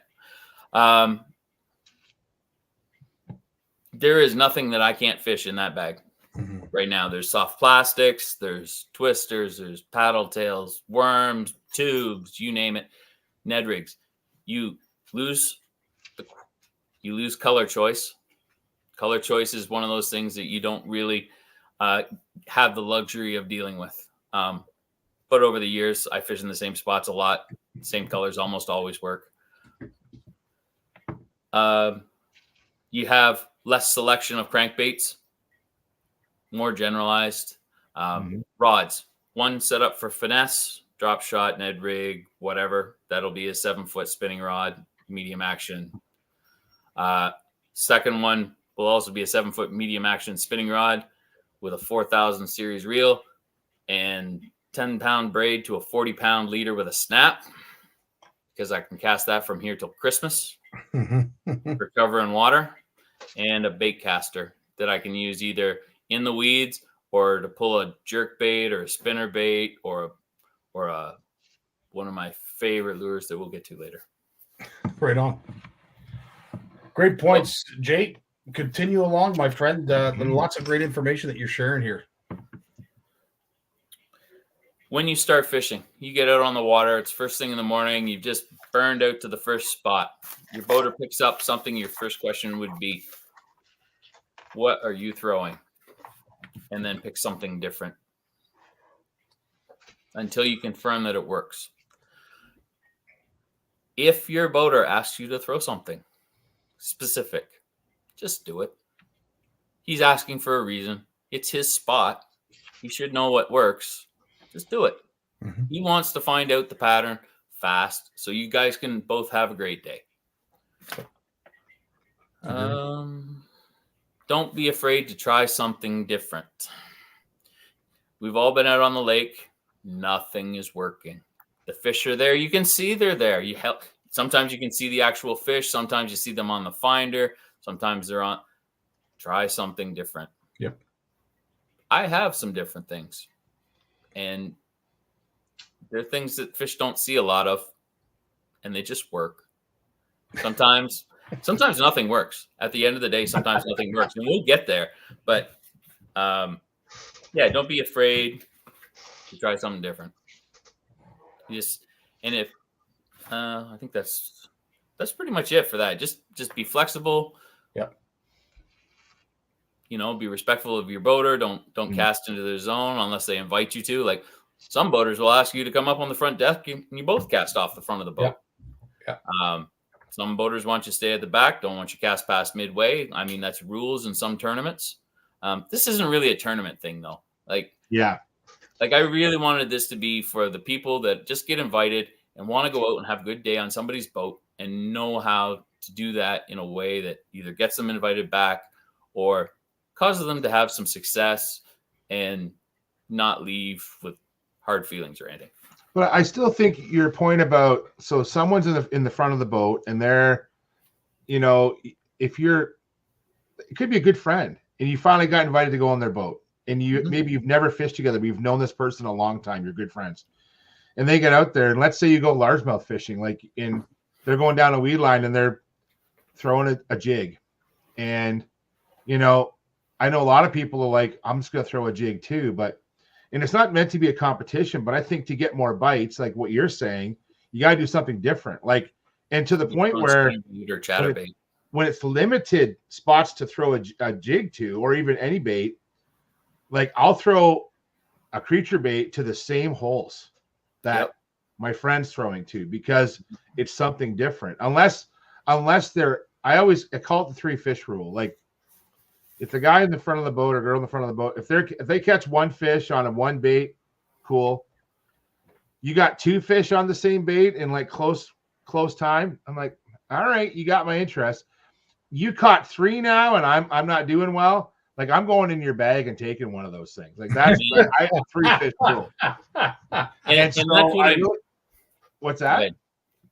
Sorry, go ahead. No, it's okay. Yeah. Yeah, you just and that goes for if you're on the back of the boat too. Like yeah, for you're sure. crushing them from the back of the boat. You best be opening your yap and letting them know what's going down. So I have to tell this story really quick about, and this is exactly what happened to me in a qualifier. Remember, I'm fishing against the other people. Okay. This happened in Belleville about 10 years ago. And I was actually there was 160 teams. And I think I was in 100th place after day 1, 2-day tournament. So the next day I went out, instead of bringing like 6, 7 rods, I brought 3 rods. I brought like my small tackle bag. And the guy that I was fishing against in the boat, he was in 6th place. So I said to him, I said, go wherever you want. Like you have a chance to do well and make the national team, go wherever you want. Well, we went to his spot and I said, where are you going to cast? He goes, I'm going to cast this deadhead over here. And I'm like, I'm going to fish over here off the back of the boat. I'm going to throw away from you just so I don't bother you.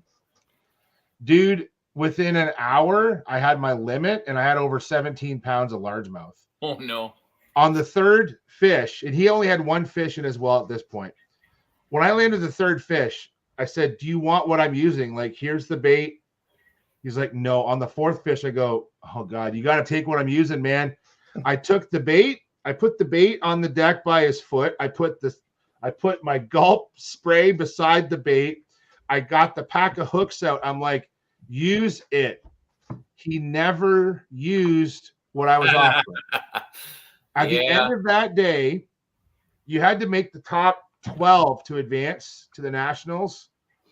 I went from 100th place to 20th with 18.5 pounds, biggest weight of the weekend over 2-day tournament. Wow. My partner for that day finished in 21st. Oh no. Because he was too proud to take what I was offering. Can you believe that? You know what? You can only offer. I know. It still makes me sad to this day. I know. You both could have made it. Yeah. That's the thing. If we both could have made it, like, yeah. But I kind of, it's one of those, it's cliche. I lost that tournament on day 1 because I didn't come with a good bag. I needed another fish on day 1. I would have made the team easily, but he wouldn't take it. He was so stubborn in his ways. Yeah. Can you believe that? Isn't that something? That is something. Wow. I fish with a guy like that sometimes. Yeah. I offer it. Sometimes he picks it up, and sometimes he says, Yeah. I think I'm going to try something completely different than what you're crushing fish on. Yeah. And that, okay. Yeah. Knock yourself out. Sorry, I jumped on your bullets there, but I had to tell good. that story. Yeah, that kind of jumps ahead to number 3, where if you're crushing it from the back of the boat, be generous. Oh, yeah. Yeah. You know what? If you are smashing them from the back of the boat, the last thing you need to do is being cocky. The only reason you're catching them from the back of his boat is because he let you on it in the first place. Yep. So you know what? Yeah. Like, I'm all for a little trash talking among friends. My friends on here are well aware of that. Yeah. But at the same time, there's a measure of respect that's just required because they took you fishing. So 100%. don't be too much of a jerk. You got to read the room, as I always tell my teenagers. Absolutely. That's a good way to put it. The room. We're going to hit number 4 real quick. Yeah. Temper your expectations for the day. Yes. So that you avoid disappointment. I don't know how many times I've gone out fishing with people and they're like, oh, we're just going to crush them. We're going to catch all the fish, everyone in the lake. And rah, rah, rah. We're going to catch 42 pounds of bass in 5 fish. And they catch 3 pounds of fish and there's 2 of them. And they're sad. They've just spent that whole day, all that money, all that time, all that investment in gear and all that stuff. And they're just like, well, this sucks. I only caught 2 fish all day. Well, 1, you were on a boat all day fishing. Check. Yeah. Right? It's not a bad day. It was a tough day. Maybe it was a frustrating day, but that's fishing, man. If it was easy, it wouldn't be near as much fun. Not all the time. Like, everybody wants to have that day where it's just epic. And I've had those days and they are fabulous, but they are fabulous, more fabulous. Yeah. When they come spaced apart. 100%. And I have to, I'll go one step further, and I can use Big Jim as part of the, as part of this example that I'm going to share. But at the end of the day, true, you sometimes have to be cognizant of the expectations that your boater or your friend who's invited you has as well. Like, at the end of the day, they want you to catch fish because they want you to have fun. For sure. Maybe every once in a while, reassure them that it's not that important. Like, Jay, you've caught fish. Jay, Pearce, you've caught a ton of fish. At the end of the day, just as you said, being out on the water, just maybe every once in a while, reassure your boater, your friend, whatever, that you're good. Like, everything's good. Yeah. What was the last one here? I lost my page here.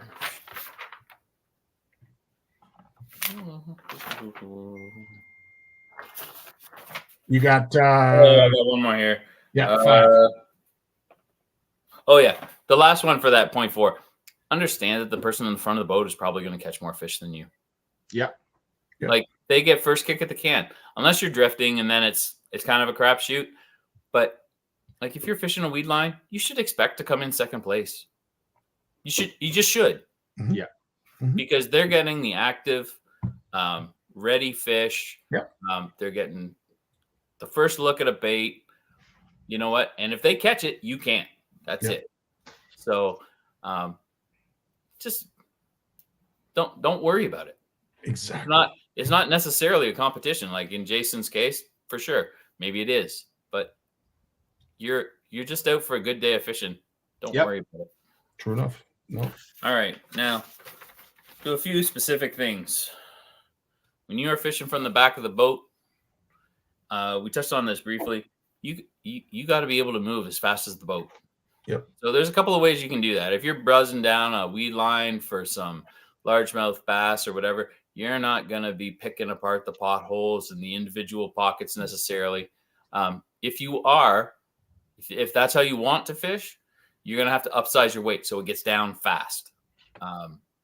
Almost like if the guy at the front of the boat is casting way out in front of the boat and you're casting, 20 feet to the reeds, you got to have a pretty hefty weight on to get down in if you want to fish that way. Generally speaking, I will start off with something moving until they prove me wrong. So Spinnerbait or chatterbait are my two favorite to go to. Just because you can cast them, burn them, cast them, burn them, and you know what? You're fishing for active fish. If you're burning down if the trolling motor's on 100, you're not fishing for a fish that kind of wants to eat. You're looking for the fish that's hungry. It's so true. So just get them something to react to so that they just snap at it. I found that's been pretty successful. If you're fishing a rock bank or whatever, crankbaits are great. Lipless crankbaits especially. This one here. This is a Nasheen Lure Works Simcoe 75 HW. And I fished this sucker in 4 feet of water. And I cast it as far as I can, and I reel it as fast as I can. And it just catches fish. And you can cover so much water. Because this thing weighs almost 2 ounces. Mm-hmm. And it casts like there is no wind resistance to this thing. You can cast it forever. The other one I like to use, I'm going to show you this side of it. Okay, really? Yeah. Number 2 Len Thompson. So 1 ounce spoon. Again, long casts. This one you can fish slow in shallow water. So you can fish this in 20 feet of water. You can fish it in 3 feet of water. I tied this thing on last May, and I didn't take it off until I was on Alicia's boat fishing for bass in Lake Erie in November. Wow. This stayed on my favorite bait caster from the end of April to the 3rd week in November. Jeez. And it never came off. Why can't you show us the other side? He actually did, and it reminds me very much. Watching. Yes, I did. very much of that little Clio that I love. It's a go-to for walleye. It's Honestly, got the orange stripe. I love that. It catches it. I caught a lot of walleye on that. I bet you did. Yeah, I bet you did. I'll show you this one. This is a Canadian company, actually made in Ontario. Blackfly Lures. Blackfly Lures. Yeah. Absolutely. These guys are 3 for $18. And they just work. And the one thing I really like about them is they've got this. I don't know. You can't really see it. It's got a closed eye. So you can put it on the snap. Because I use a lot of snaps. I know Sparkus is probably complaining that I don't have the snap on this. That's because it's tied to my line. And I can clip between these very quickly and easily. When you're out, jerkbait is another one I like. And topwater. Now, I have really come to enjoy these. This is a topwater jerkbait. Mm-hmm. I can fish this in less than a foot of water in the river. Or I can fish it out on the flats in Lake St. Clair, and the fish just hammer it. It's a Nasheen Erie 115 TW. It casts long. It has really erratic action. You can make it really erratic, or you can kind of slow roll it. It's got a good slow roll action too. It's a good way to cover water. And if you have fish that are maybe a little off, it'll wake them up. Don't say shush, Shane. I showed you. Isn't it funny how fishing buddies will do that? You show them something, and then they're like telling you later to not talk about it. Yeah, I do like my Nasheen Lure Works. Hiroshi's a really great guy too. I talk to him whenever I see him at the shows. Yeah, he's a great guy. Awesome fella. Yeah. Makes some really great lures. Fishing finesse. You're going to be, if you're drifting, it's going to be generally a finesse type deal. So maybe you're dragging a drop shot. Maybe you are dragging an Ed rig or popping an Ed rig across the bottom. Now, you can either fish them. There's 2 ways to fish those. You can fish them out in front of the boat so that you're bringing it back to you. Or, you can just sit. Now, Sparkus will tell you that you need to bounce the rod tip just enough to wiggle the bait, but not enough to lift the weight off the bottom. My wife will tell you that if you want to catch 6-pounders, you sit at the back of the boat and laugh at us staring at the damn active target. Yeah.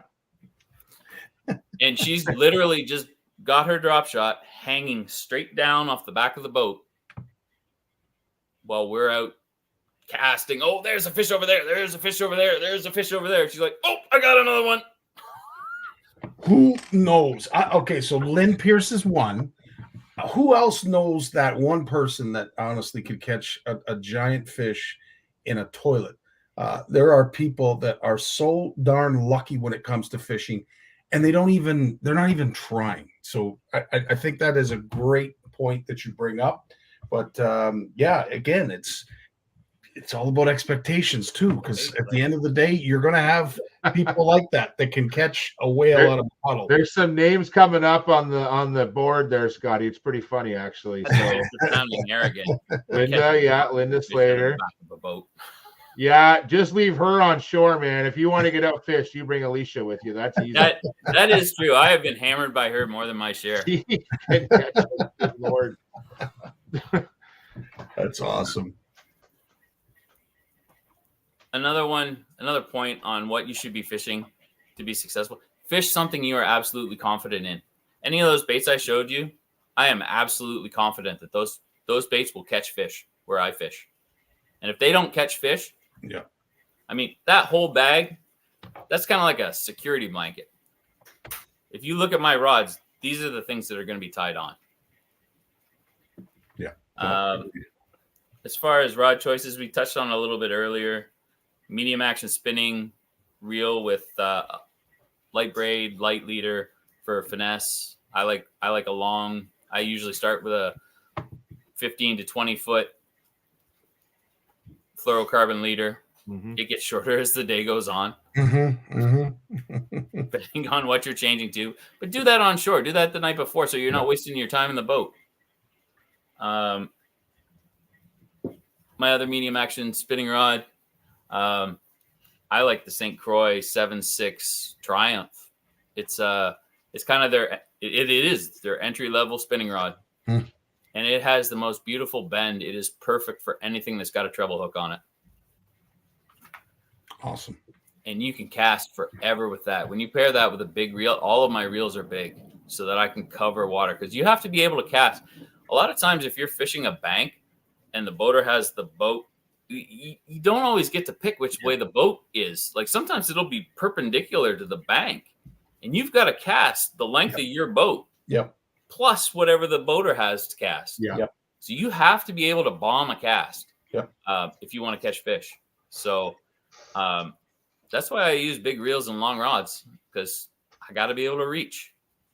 You know what's great now is that nowadays the reel technology has gone so far that, you know, the big reels now, like all the reels I use are 3,000 and up. Yeah. Like I have a few small ones for ice fishing, but for my open water or river fishing, doesn't matter, river, bass, whatever. Like the smallest reels we got are 3,000, and we got some 35s and some 40s in there too. Like they're so light now that you can balance, and all of our rods have gotten longer. Everyone I know, like myself included, like this rod here, that's a 610 Fenwick World Class medium light. I don't use that for bass fishing anymore. It's too short.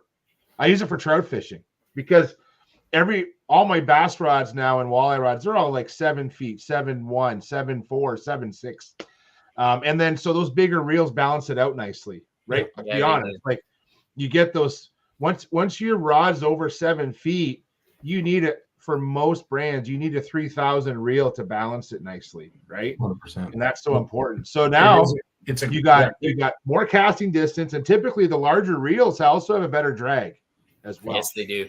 Yeah. So it's almost, I would almost go so far as to say, Jay, that the 7.6 has become the 6.6 of 20 years ago. Like a 6.6 rod was a fairly long rod, but to your point, I don't know anybody really that's buying rods that are under 7 feet. No, I agree. There is one at jerkbait from a boat. I would like a shorter I would agree. rod. Yeah. 7.2, unless you're in a really tall boat, it's hard to get that snap down. True enough. You have to go either to the side, and then you risk whacking the motor or the windshield if there is one, or the console, or another boater or another person in the boat. Like, I like all my spinning reels now, except for one, are 4000s, 4000 XGs. I've got a Sustain and a couple of Vanfords, and I love them. Yeah, the Vanfords are beautiful. They're so light. You get that, and you get that extra distance off the spool too, I think. 100%. And maybe I don't. Maybe I'm just running faster because I like my running shoes. I don't know. It doesn't matter why it works. It only matters that it does for you. That's right. Yes. At the end of the season, they don't ask you how, they ask you how many. That's it. And the last one that I usually bring is a medium. The one I usually bring is a medium action, medium power, moderate bait caster rod. Interesting. It's more versatile. If I know I'm going largely fishing, I'll swap that for a medium heavy. Yeah. But it's all about versatility. So what you can do, like if you can do almost anything. Where I fish, I'm not usually pitching and flipping into the absolute rhubarb, except in late fall. Yep. Yeah. In which case, I will bring the beating stick for that. I have a stick for that. But to keep things versatile, like, and this is the one blemish of my rod collection that I can't seem to bring myself to let go. I have a Daiwa combo. In my forest of Shimano, I have a lone Daiwa, and it is my favorite. No shame in that. They don't pay me, and I just love No it shame. to death. It's Tatula Elite 100 HS reel on I think it's a SVF 45 rod 7.2. It just works. Jay, you're forgiven. I mean, how many Shimano products do you own? A lot. See, I think you're good. I think you're good, bud. There's no judging here, and George Morgan's not here tonight, so there's no Exactly. One other point I wanted to bring up, which sometimes gets forgotten, and it's very, very simple and can make the difference between a good day and a bad day, is making sure you're dressed for the conditions. Amen. At the end of the day, as a guest, you want to make sure that it's your coat you're handing to the boater, not vice versa. Amen. Or it's the sunblock you're handing to the boater, not vice versa. At the end of the day, don't come overpacked, but just be mindful of what the weather's going to be that day. And when it comes to certain baits, maybe a crankbait isn't something that you're going to throw today because it's 30-mile-an-hour winds. Be cognizant and have some situational awareness, so that, to Jay's point, you are flexible and you're being able to adapt to your conditions. But I see that as a big mistake. Folks showing up in shorts and t-shirts at the ramp. Well, it's Lake Ontario, dude. When you get out there, it's about 15 degrees cooler. So be mindful of that. One of the best investments I ever made was my rain suit. Yeah. I bought one of those Mustang Taku suits, and man, yeah, it does not matter what the weather is. I can fish in it.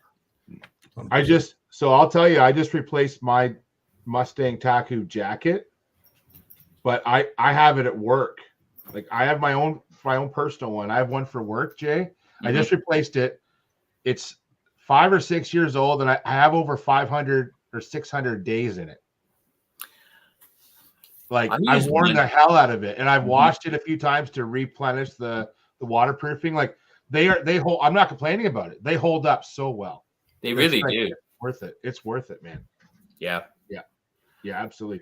I just bought Trevor his first set of bibs, nice bibs. Actually, they had a good deal at Jocelyn's store, and it was Frog Togs. It's their iPilot jacket. I'm like, to Trevor, we need to get you a good rain suit, and it's expensive. And he actually, he's a good kid. He's like, Dad, that's really expensive. You need a good rain suit. So we got him a set of bibs and a good jacket. because I think when you fish enough, and bibs are it, man. Do not buy rain pants. Absolutely. Bibs. That is 100% true, man. Yeah. 100%. Unless you want your butt getting wet. Yeah. I couldn't agree more. The water going down the waistband. Like, even though I fill out a waistband pretty good, the water still gets down there. So. Honestly, I like them even when it's not raining. Yeah. I don't usually care. Like, if I'm going out on a cool morning, it makes a great. They're so light now. Yeah, the good Gore-Tex, they don't even notice. Yeah, that's true. They just go on. Yeah. And if you are looking for rain gear, get the ones with the cuffs. Yes. So that the water doesn't. Neoprene cuff. Yeah. There's two things about that. One, if you're holding up a fish for a picture and the water's running down your arm and getting your sweater wet, you're going to be cold soon. Yeah. Second is, if you're releasing that fish into the water or reaching into the fish to grab it, like I was, to grab a rainbow that somebody caught without a net. Oh, it looks like I have company. Yeah, company. Hello, Griffin. I stuck my hand in the water up to my elbow to catch this damn rainbow that we caught jigging for walleye on the 31st of December. Ouch. And I didn't get wet. Except for my good. hand. That's fantastic. I was like, okay. These are a pain in the ass to get off sometimes, but it's worth it. Yeah. So. Speaking of what's worth it, this entire segment, Jay, I can't thank you enough for putting this all together as you did. I think we've done Leaf fans a huge favor by keeping them away from the set for as long as we have. So everybody should be happy. I don't even want to know the score. I don't want to know what's going on. And Leafs aren't on tonight. They're tomorrow night. Don't worry. Oh, is it tomorrow night? They even tomorrow, play yeah. Oh, they don't play. Yeah. You know what? We've done everybody a service. We didn't even bring it up till the end of the show. We should have moved Monday Night Live to Tuesday just so we don't have to watch the Leafs game. 100%. There you go. Interesting. Well, what? So that's 2 days that they had off. Whatever. Yeah. Don't worry. I said to my physiotherapist today, I went to see them before I came online, and I'm like, Joe, we don't have to worry about the Leafs much longer. And I'm a Leafs fan, but after what I saw Saturday, just time to go fishing. That's all I say. Hey, friggin' men. Well, listen, you two, thanks so much for doing this. And as always, Jay, thanks for coming every Monday and spending some time with us. Truly appreciate your time. And Mr. Jay Pearce, we'll have to have you on again to talk about another segment that I'm sure you're going to think about very soon, because the thought that you put into this one, dude, I can't wait to see what you're going to come up with next. All right. You've got to come talk about catfishing. Yeah. I did throw that up there. That is true. Yes, very, very, very true. All right, lads, we'll bid you farewell. Have yourselves a great week. And again, thanks so much for your time tonight. Thanks, Scotty. Thanks, Jay. We'll see you guys later. Scott. Right on, guys. There it is, another show in the books. We went a little long tonight. I thought I was doing us all a favor by keeping us away from the Leaf game, but as I just found out, it's not till tomorrow. It is what it is. Thanks for coming by tonight. I hope you learned a few things. Hope it was entertaining. We're trying to do our best to make sure that you anglers have somewhere to go here in Canada to get engaged, to get informed, and just to get entertained. Needless to say, we do our very best. And if you have any ideas, we're all ears. We'd love to hear what you folks have to suggest on upcoming topics and upcoming segments. We were going to get Jim. He's had a very, very long day, so it was nice to see him bid farewell from the lobby. I know he's going to get rested up, so thanks, Jim, for at least trying, but he's been gone all day on the road. So, again, I wasn't expecting to see him tonight, but it was nice to see him show up in the lobby, but we were thinking of you, Jim. On that note, I want everybody to have yourselves a great week. Get ready for a fantastic weekend of fishing. I can't imagine that the weather's going to be a repeat of this past weekend with all the rain and what have you. I'm hoping that it's going to be a nice one for all of us so that we can get out there and catch a few whales of our own. On that note, take care. All the best. Love you all. Cheers. Have yourselves a great week. Well, as much as I hate to admit it, I guess we've run out of time. So I've enjoyed it, but I'm going to do something I haven't done since season 1. Turn out the lights. The party's over. They say that all good things must end.